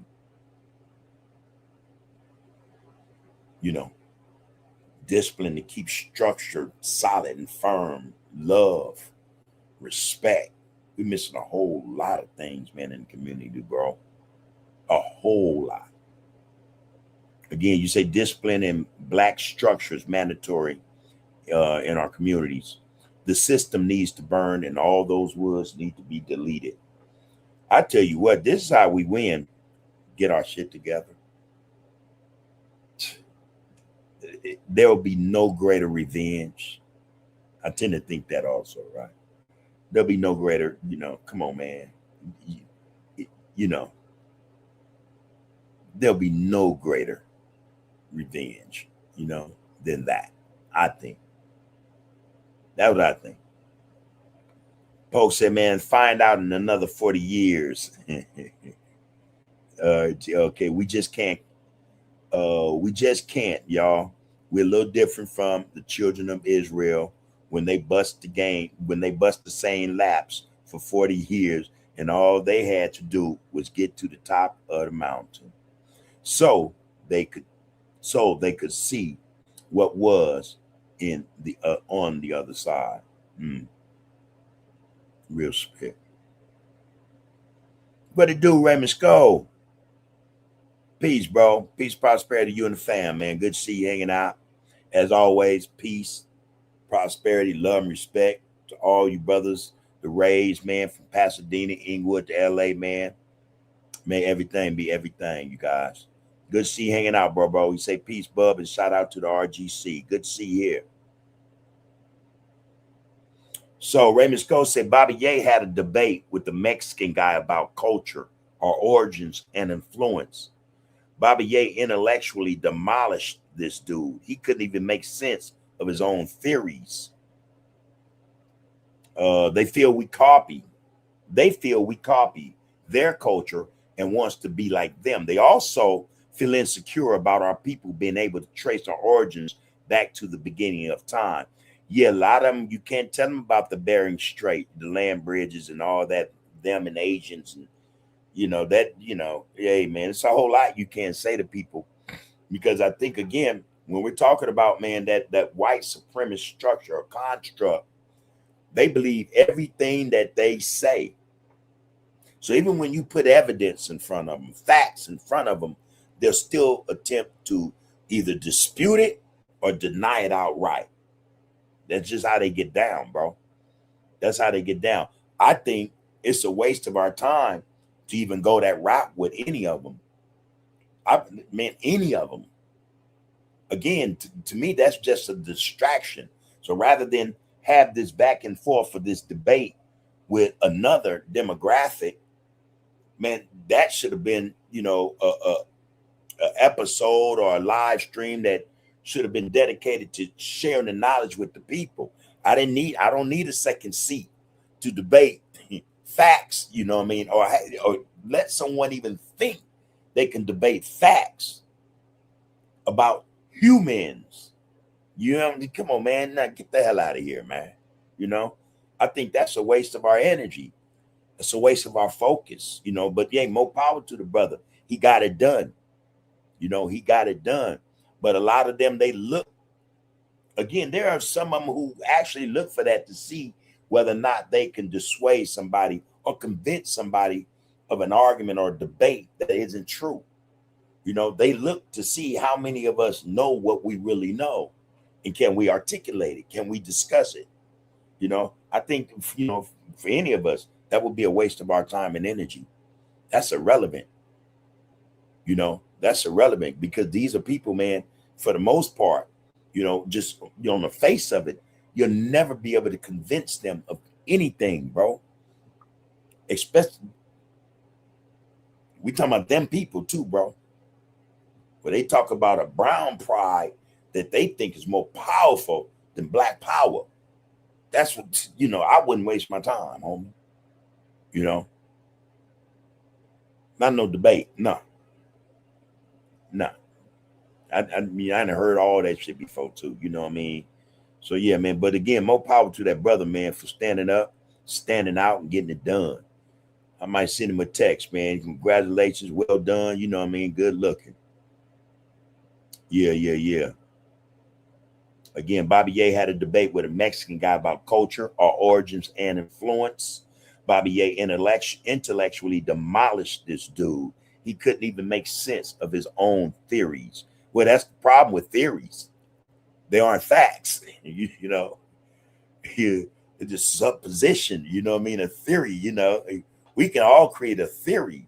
Don't make it factual. You know what I mean? There are facts. Facts will always outweigh a theory. Always.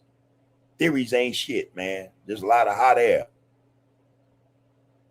We got a whole lot of theories in the world in terms of how the pyramids were built and who was first, and a whole lot of theories, man, that are based upon supposition, guesswork, trying to theorize something, man. They ain't got no facts attached to them. All right, man. Game banging life coach. What it do, loved one? Good to see you up in and hanging out with us, bro.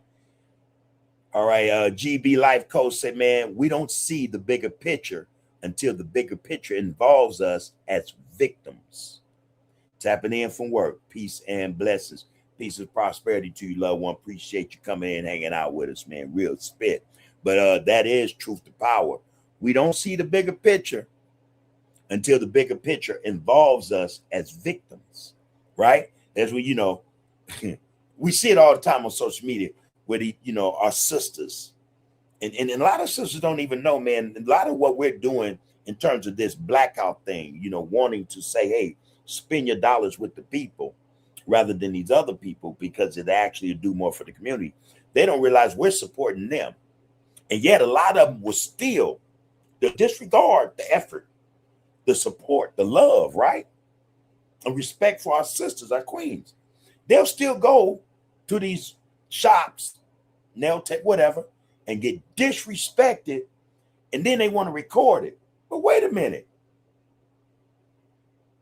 See, here's the bigger picture. We told you, hey, man, stay on code. You got the memo. You know the business. Leave them people alone because they really don't give a flying flick about you, right? They'll go anyway to have them people disrespect them. And once that happened, oh my God, how dare you? I've been coming here for years. Why would you talk to me like that? Why would you treat? Oh.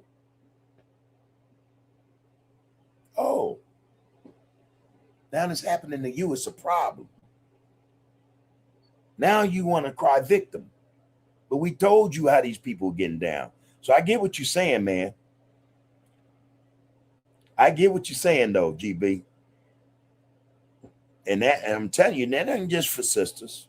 A lot of us brothers do it too. You know. Y'all keep going to these Asian restaurants where they spitting in that food and feeding you rats and cats. You know, dogs and roadkill. You know, you get up in there like that brother got that rubber. He found a condom, a prophylactic, fried into the chicken wing. Popeyes, about a week ago. A condom, a whole condom, fried in that grease, that super hot grease. I think that grease over 100 and some degrees. Man, that thing didn't dissolve. It didn't melt or nothing. And the brother sitting there recording it, trying to pick the rubber out. And I'm like, yeah. But see, y'all ain't listening. Y'all ain't listening. You know, now he, you know, as a result, he might get a lawsuit, you know, but if that's your grift, okay, I get it. But, you know, hey, man, you avoid all this shit by, hey, let's stay on code. Let's work together, man, so that we don't become victims and we ain't always like we complaining and crying about something somebody did to us. That won't happen. That cannot exist if we refuse to interact with certain segments of society, certain demographics that we know don't mean us any well. That whole Popeyes with nothing but Mexicans in there. And I'm not shooting a lug at the Mexicans. I'm just saying what was in there. So they can pretty much find out who did it, you know. I'm going to have to check with Dr. Matthews and Brother Quintel, see if they find out who did that. But hey, we don't see the bigger picture until the bigger picture involves us as victims. Then now we get it. Now we get it. Now we understand the canvas. We understand the painting. Now we can interpret what's on, you know. Come on, man. Don't wait till that happen, man, just to get on point, to be on code. Again, thank you, GB. Raymond Cole said, man, they feel we copy their culture and wants to be like them. They also feel insecure about our people being able to trace our origins back to the beginning of time. Y'all remember the one I showed you the other day with the sister was on the airplane checking the white tea lady. It told her she was the queen of the mother mucker, right? And she told her about the genes, where they all come from. Say, we make y'all. Y'all could never make us. That was some powerful shit. I wish I can go pull that up right now. And that thing was getting a lot of hits and shit. You know what I mean? But yeah, man, a lot of them will not accept that fact, not that theory, that fact that all life comes from us. You know? But see, I think more part of their problem also is that this, you know, the way the white supremacist structure was constructed. One of the things I notice about these people, man, especially if they're not melanated or not of the melanated persuasion, if they're not black, they have the issue with that word. See, a lot of them use it in the wrong connotations. A lot of them use it based upon how the Europeans, the white tea people, wanted to use evil. You know, black is evil. There's something wrong with being black, you know, you know what I mean? It's associated with dirt, you know? I think that's part of their problem. But again, see, they don't understand. They can't understand this concept of blackness that we do. I mean, before the melanin even come out of the womb, before, you know, I mean, that's what it was. It all come from that. They don't get that part. And I don't think a lot of them ever will. They don't want to. Because for a lot of them, they have to succumb. A lot of them been convinced that they are superior, that they were here, they was there, they were everywhere before us. And again, we have contributed nothing to mankind. Human beings ain't done nothing for mankind. You know what I mean? Yeah, I make it a point to differentiate the two. I think there's a difference, between humans and mankind. I just think that. Anyway, yeah, man. Real shit, Raymond Cole. That's the get down, man. Send a shout out, man, to Craig. What up, Crazo? Yeah. Raymond Cole, man. I work with a lot of Haitians. They really stick together, and you can see their unity and love for each other. I rock with them too each day. Our unity and togetherness would be an immense advantage for us to begin moving forward for progress economically, politically, and educationally. And yeah, there is that. But you hit the nail on the head. You said something I think that is significant, man. They have what we call ourselves working towards, what we're striving for. Unity. And even identity on a larger part, I think. See, they can identify. They have a history they can quote and recite in terms, of Haiti, being Haitian, this generation of them and the one before can tell you about some shit. Like we could tell people, other, demographics, ethnicities about racism here in America.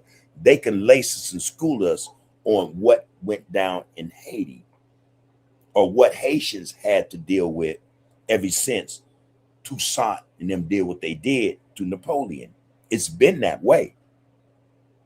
So yeah, man, they've stuck together. I mean, they're going through some shit now amongst themselves, but I get why they're going through that too. That's that divide and conquer in full effect. But yeah, man, they got it together in a respect or in such a way to where we have to work to even get to that point. We got a lot of work to do just to get there. You know what I mean? Just to get to a point where we can get along, bro. Let alone work together economically, politically, socially. You know what I mean? Man. So it is a good thing. We see our brothers, man, all over, coming together. I think this shift is happening for Black people all over the world, including the diaspora, just the diaspora in general, from Africa all over the world. I think that there's this shift taking place, and it's legit. And this is why we talk, or I like to think that we talk about the things we talk about, so we can wake up people. Man, we can't be last. We can't be last, man, on the boat. In fact, we supposed to be the path. We lead this shit, man, because I think that a lot of our brothers and sisters in the diaspora in Africa, they actually look to that. Say what they will, but they know we have the resolve and the resilience to get this shit done. That's our work, man. That's our work, man. Building our base based upon unity, first.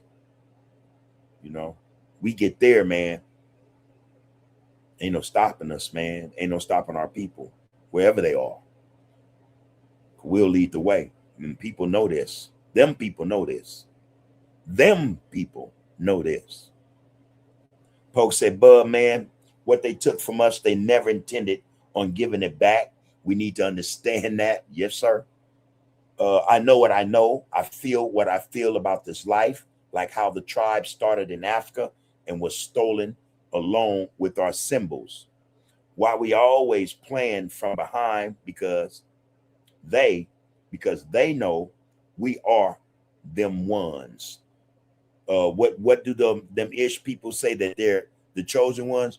And we know that's just a lie. We ain't gonna call that a theory. That's just an outright lie. We know the facts. We know the facts.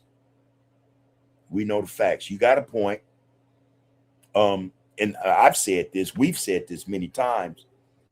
And I say this often enough, man.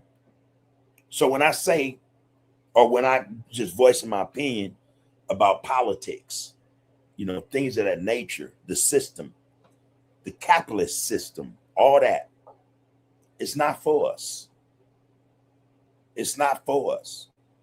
We were talking about the sisters and brothers, I think in Chicago, that's going to have this event where they're going to call for establishing a Black political party.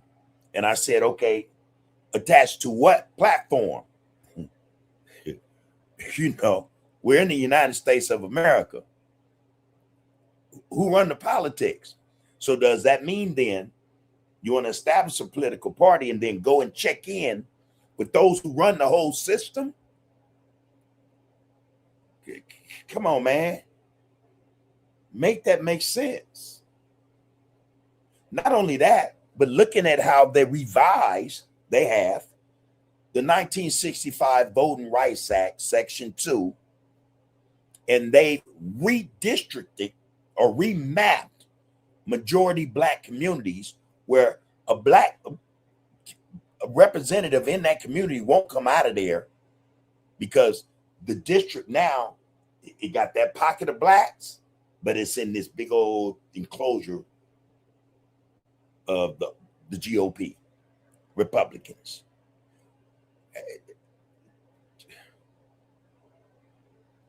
None of this makes sense.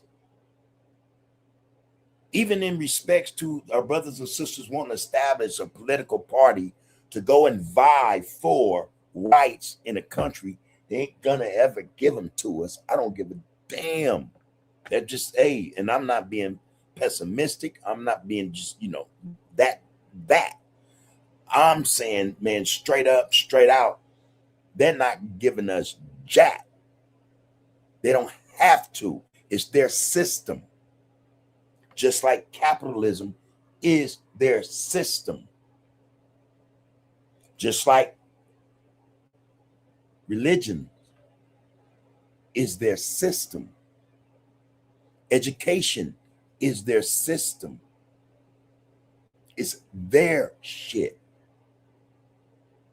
So I've always said, we're not going to win, not in this system, unless we disconnect. Then, you know, and I understand the feedback and say, okay, then what are we supposed to do? Well, we've always done, survived.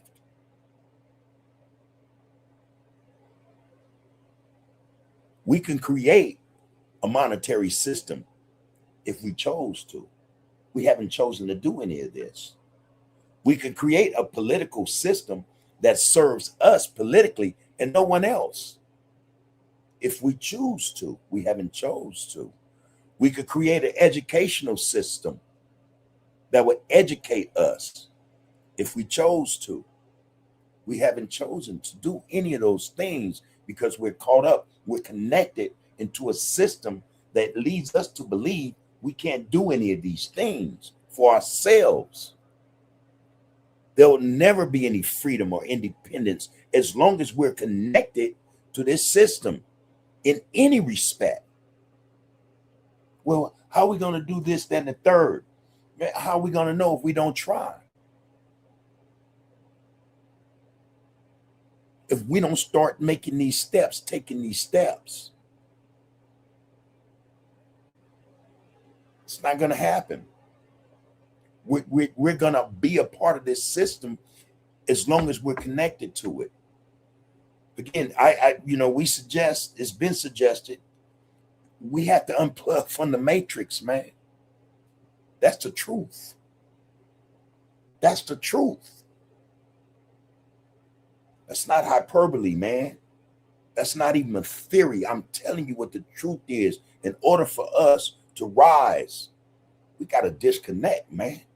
We got to disconnect from them. If there are 40-something million of us, 25 million of us disconnecting would disrupt this thing to such an extent. They'd be like, hey, whoa, wait. What do y'all want?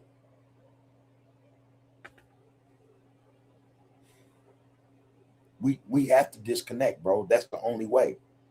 If we have in our power $2 trillion that we spend on consumer goods and whatever else to keep every one of them dollars out of their system, y'all don't even, man, what that would do to them. It wouldn't just disrupt their system. That system would break down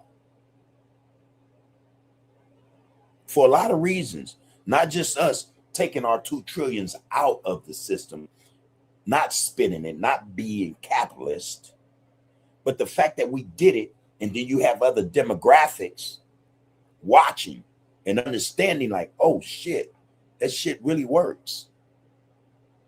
What do you think they're gonna do? Because everybody's not happy with the system.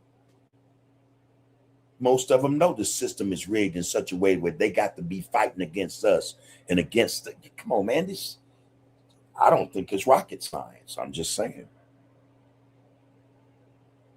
How do we survive, man? We've been surviving. I can't put my finger on that. I just know we've been doing that shit. Our people come out of slavery, man, and in a matter of 2 generations ran their own shit. How'd they do that? They did it apart from the system. See, the system is still that. It's just under a different name. It's just tweaked a little bit. They were forcefully segregated. Banks wouldn't fuck with them. Educational institutions wouldn't mess with them. Politics, none of it wanted them. And look what they did. Man, we ain't got to be questioning ourselves, man. When it's time for us to get up and go, we just need to get up and go. And for whatever reason, we're built like that. We figure that shit out. Don't nobody do it like us. This is what we're not willing to fall back on, trusting in ourselves to succeed. That's the problem, man. That's the problem, I think. My mama used to always say, man, where there's a will, there's a way. I trust that shit to this day. I know that to be facts. You know? Just saying, dog. Just saying. Remsco said, man, these women really coddle their sons to the point he becomes dependent on her to make decisions. Again, though, this is all script, though. And true that. But it's all script, bro. And we could go back and pinpoint when that started to be. Californians can go in the state of California, grown men and women, and some of us children of them can go back and remember how that shit started, when it all started. Again, man, they took the jobs from working fathers. They removed the jobs, unemployed these brothers, left them to what?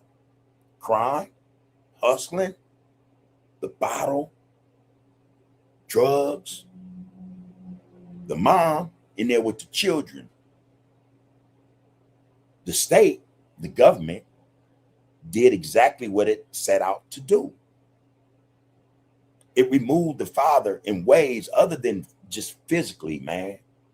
It removed the respect of the man by taking his job, his employment. He can't provide no more. You know, trying to figure out a way. Some brothers traveled, man, to find work. That made him absent. The county come in and say, okay, I know he's gone, he don't work, da, da, da, da. We got some money for you. We got a check for you every month. Take care of these babies. And we're going to give you some food stamps.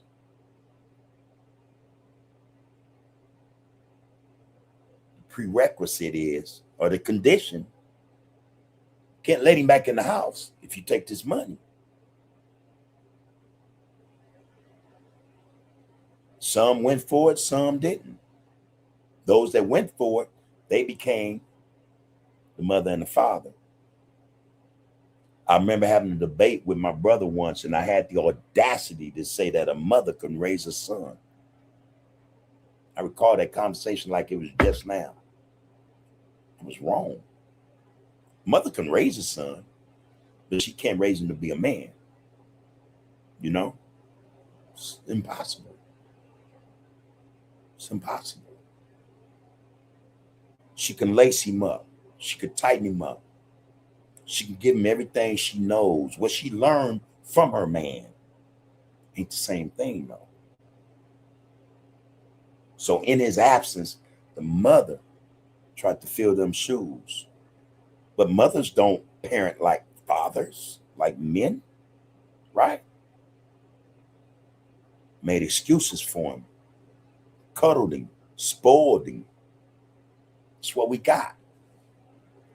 But again, man, what was at play initially? The same system we're a part of had been at our throats, man, riding our backs, man, abusing us, raping our women, killing our babies. And we've been helping them. But they're the enemy. The system is the enemy, period, point blank. We're suffering from Stockholm syndrome, y'all. We elect willingly to participate with a system that's detrimental to each and every one of us. Now, I don't care if you got money. That don't mean jack to them. But we still participate. That's on us. I'm saying. These women cuddle their sons because the fathers are gone. It's a cycle, it's a pattern when it comes to us as men in homes or in the home with our woman and our children. A lot of us have learned to just make babies everywhere. You know, raise them or not, abandon them if you will, you know.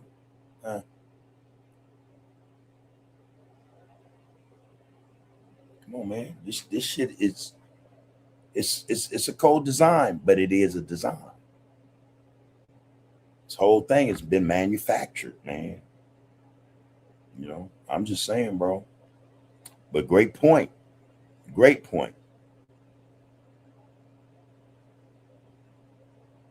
AMLGB says, and we are the original Indians.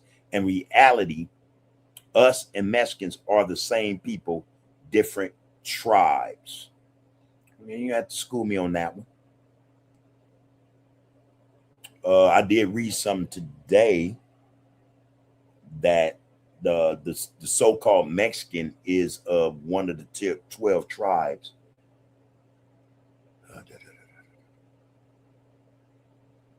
I'm trying to remember the tribe name, and it's not going to come to, but I just read that today. But yeah, I'd like to know more about that. And if we are, you know, one and the same, but shit, they don't see it that way. We'd be more willing to see it that way than them. I'm pretty sure of it. Again, that's our nature. You know what I mean? We embrace people, man, because I think inherently we know they come from us. They are people. You know what I mean? That's what we like we are, I think. That's why we're like we are, man. Raymond Cole say, yep, man. Yep, part of Bobby Ye's debate mentioned the Bering Strait. Dude was in his live kind of being disrespectful. Then he asked to come on. The Bering Strait was brought up. Yeah, the Bering Strait, the land bridge. Most people know that, you know. When no, you can't tell them that though.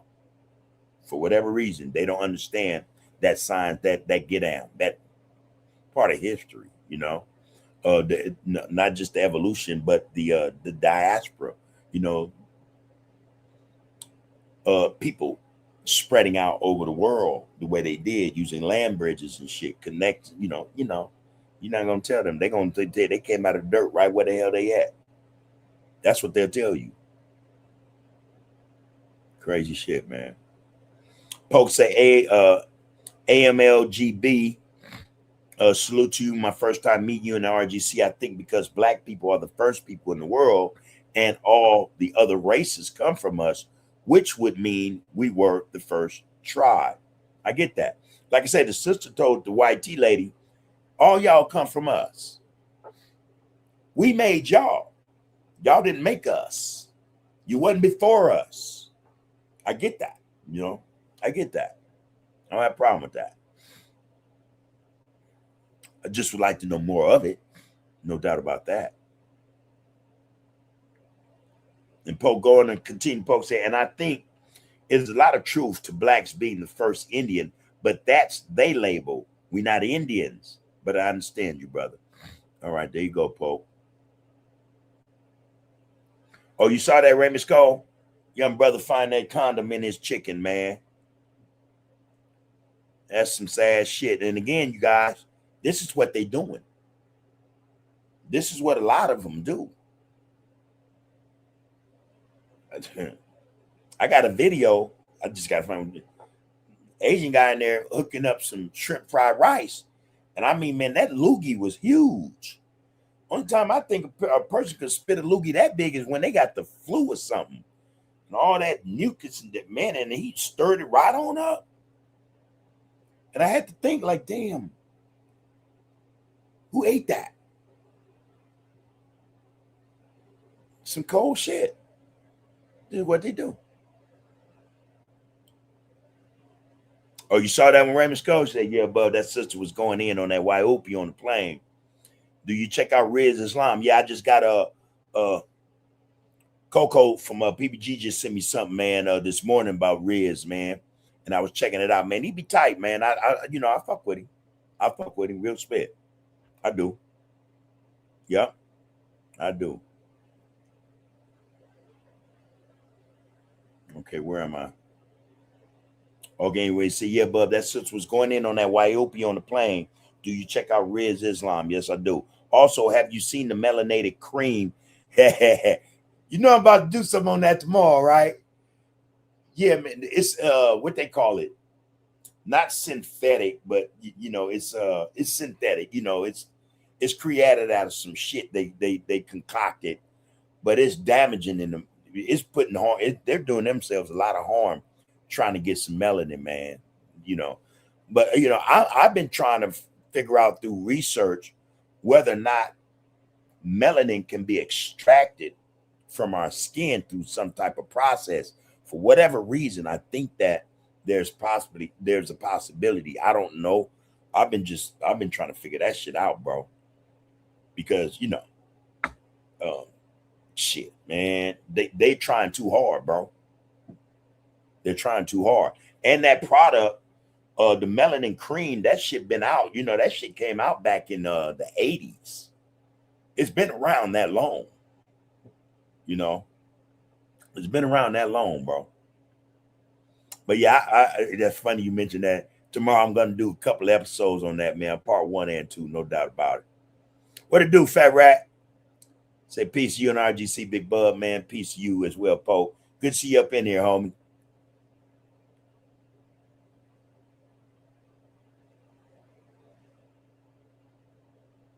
Yeah. AMLGB says, yes, sir, we are the original people, African. But over the time of those thousands of years ago, there was a race change in America, but we were humans in reality. What it do, CEO? Yo.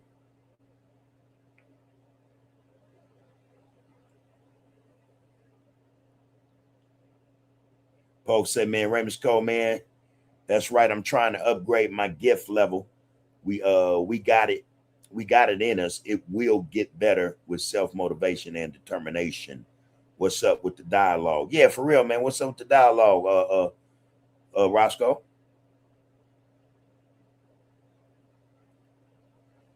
All right, y'all. Hey, I just got my notice. It's a lot of damn comments tonight. Lisa Moore says, we not the same, bro. 99% don't even like us. Call us the N-word and everything then. I like us. I like us. They not like us. They not like us. You know. Yeah, this is all the more reason though for us to get our shit together, man. So we can step out on the stage like we supposed to, lead the world like we supposed to. I say this often enough. I'm not religious in the least bit, but spiritually, I think there's something that's calling, that's beckoning, that's at work in each and every one of us, you know, and it's calling, or it's attempting to activate us into motion. You know, whatever change the world needs, or that the prophecies or whatever has determined, is going to come through us. That change is going to come through us. I don't doubt that for a minute. You know, I don't doubt that for a minute. You know, real spit.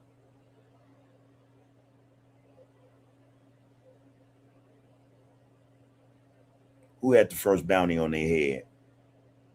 Oh, okay. Thanks, CEO. He said Mexicans are the tribe of Issachar.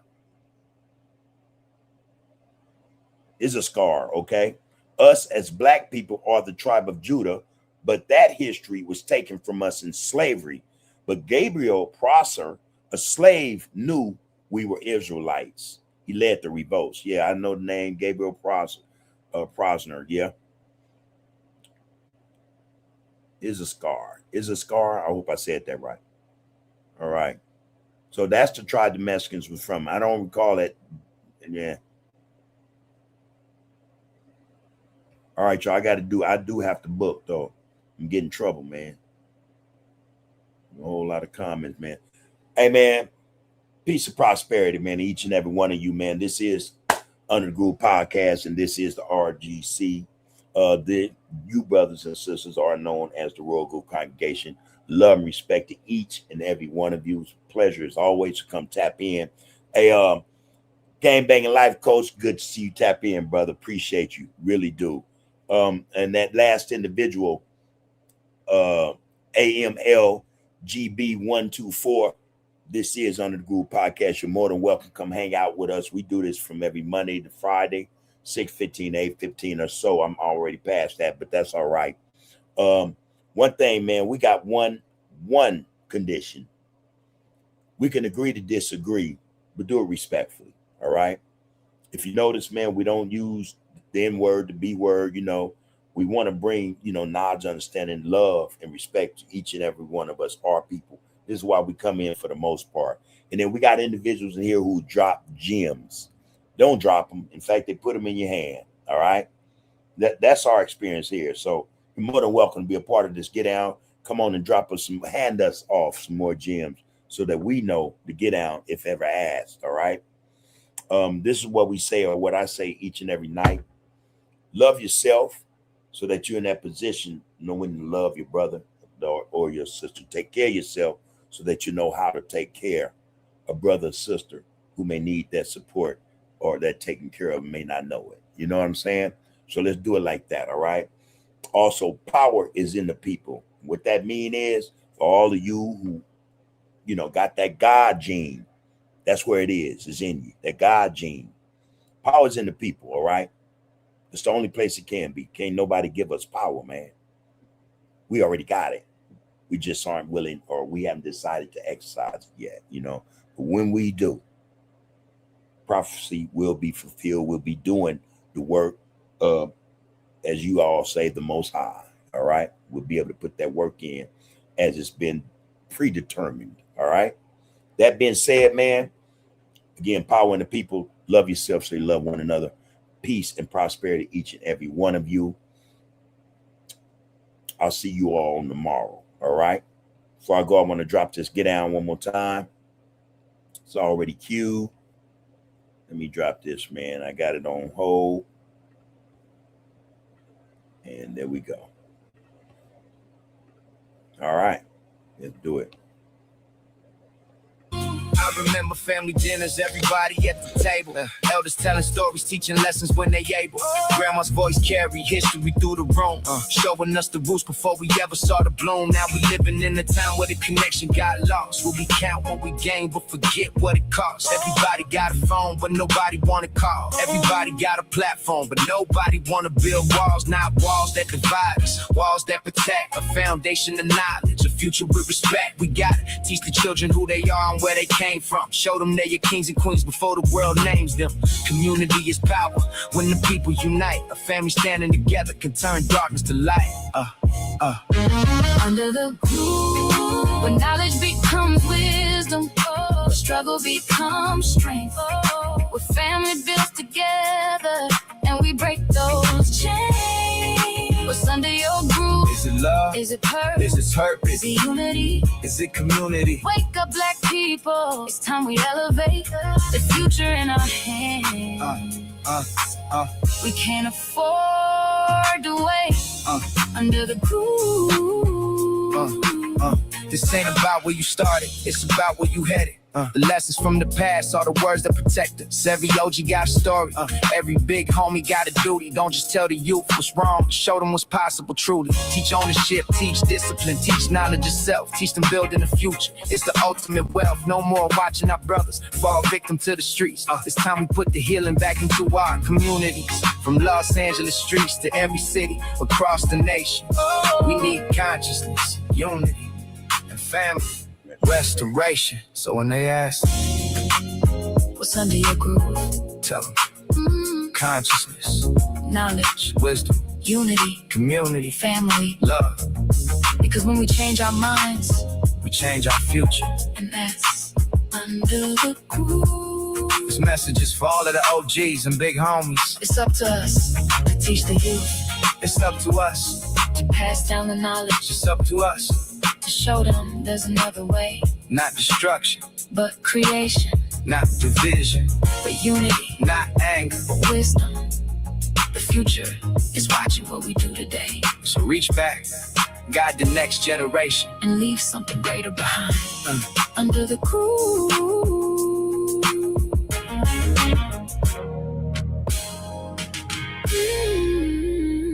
Under the groove. All right, everybody. All love and respect to each and every one of you. Have a great night and see you on tomorrow.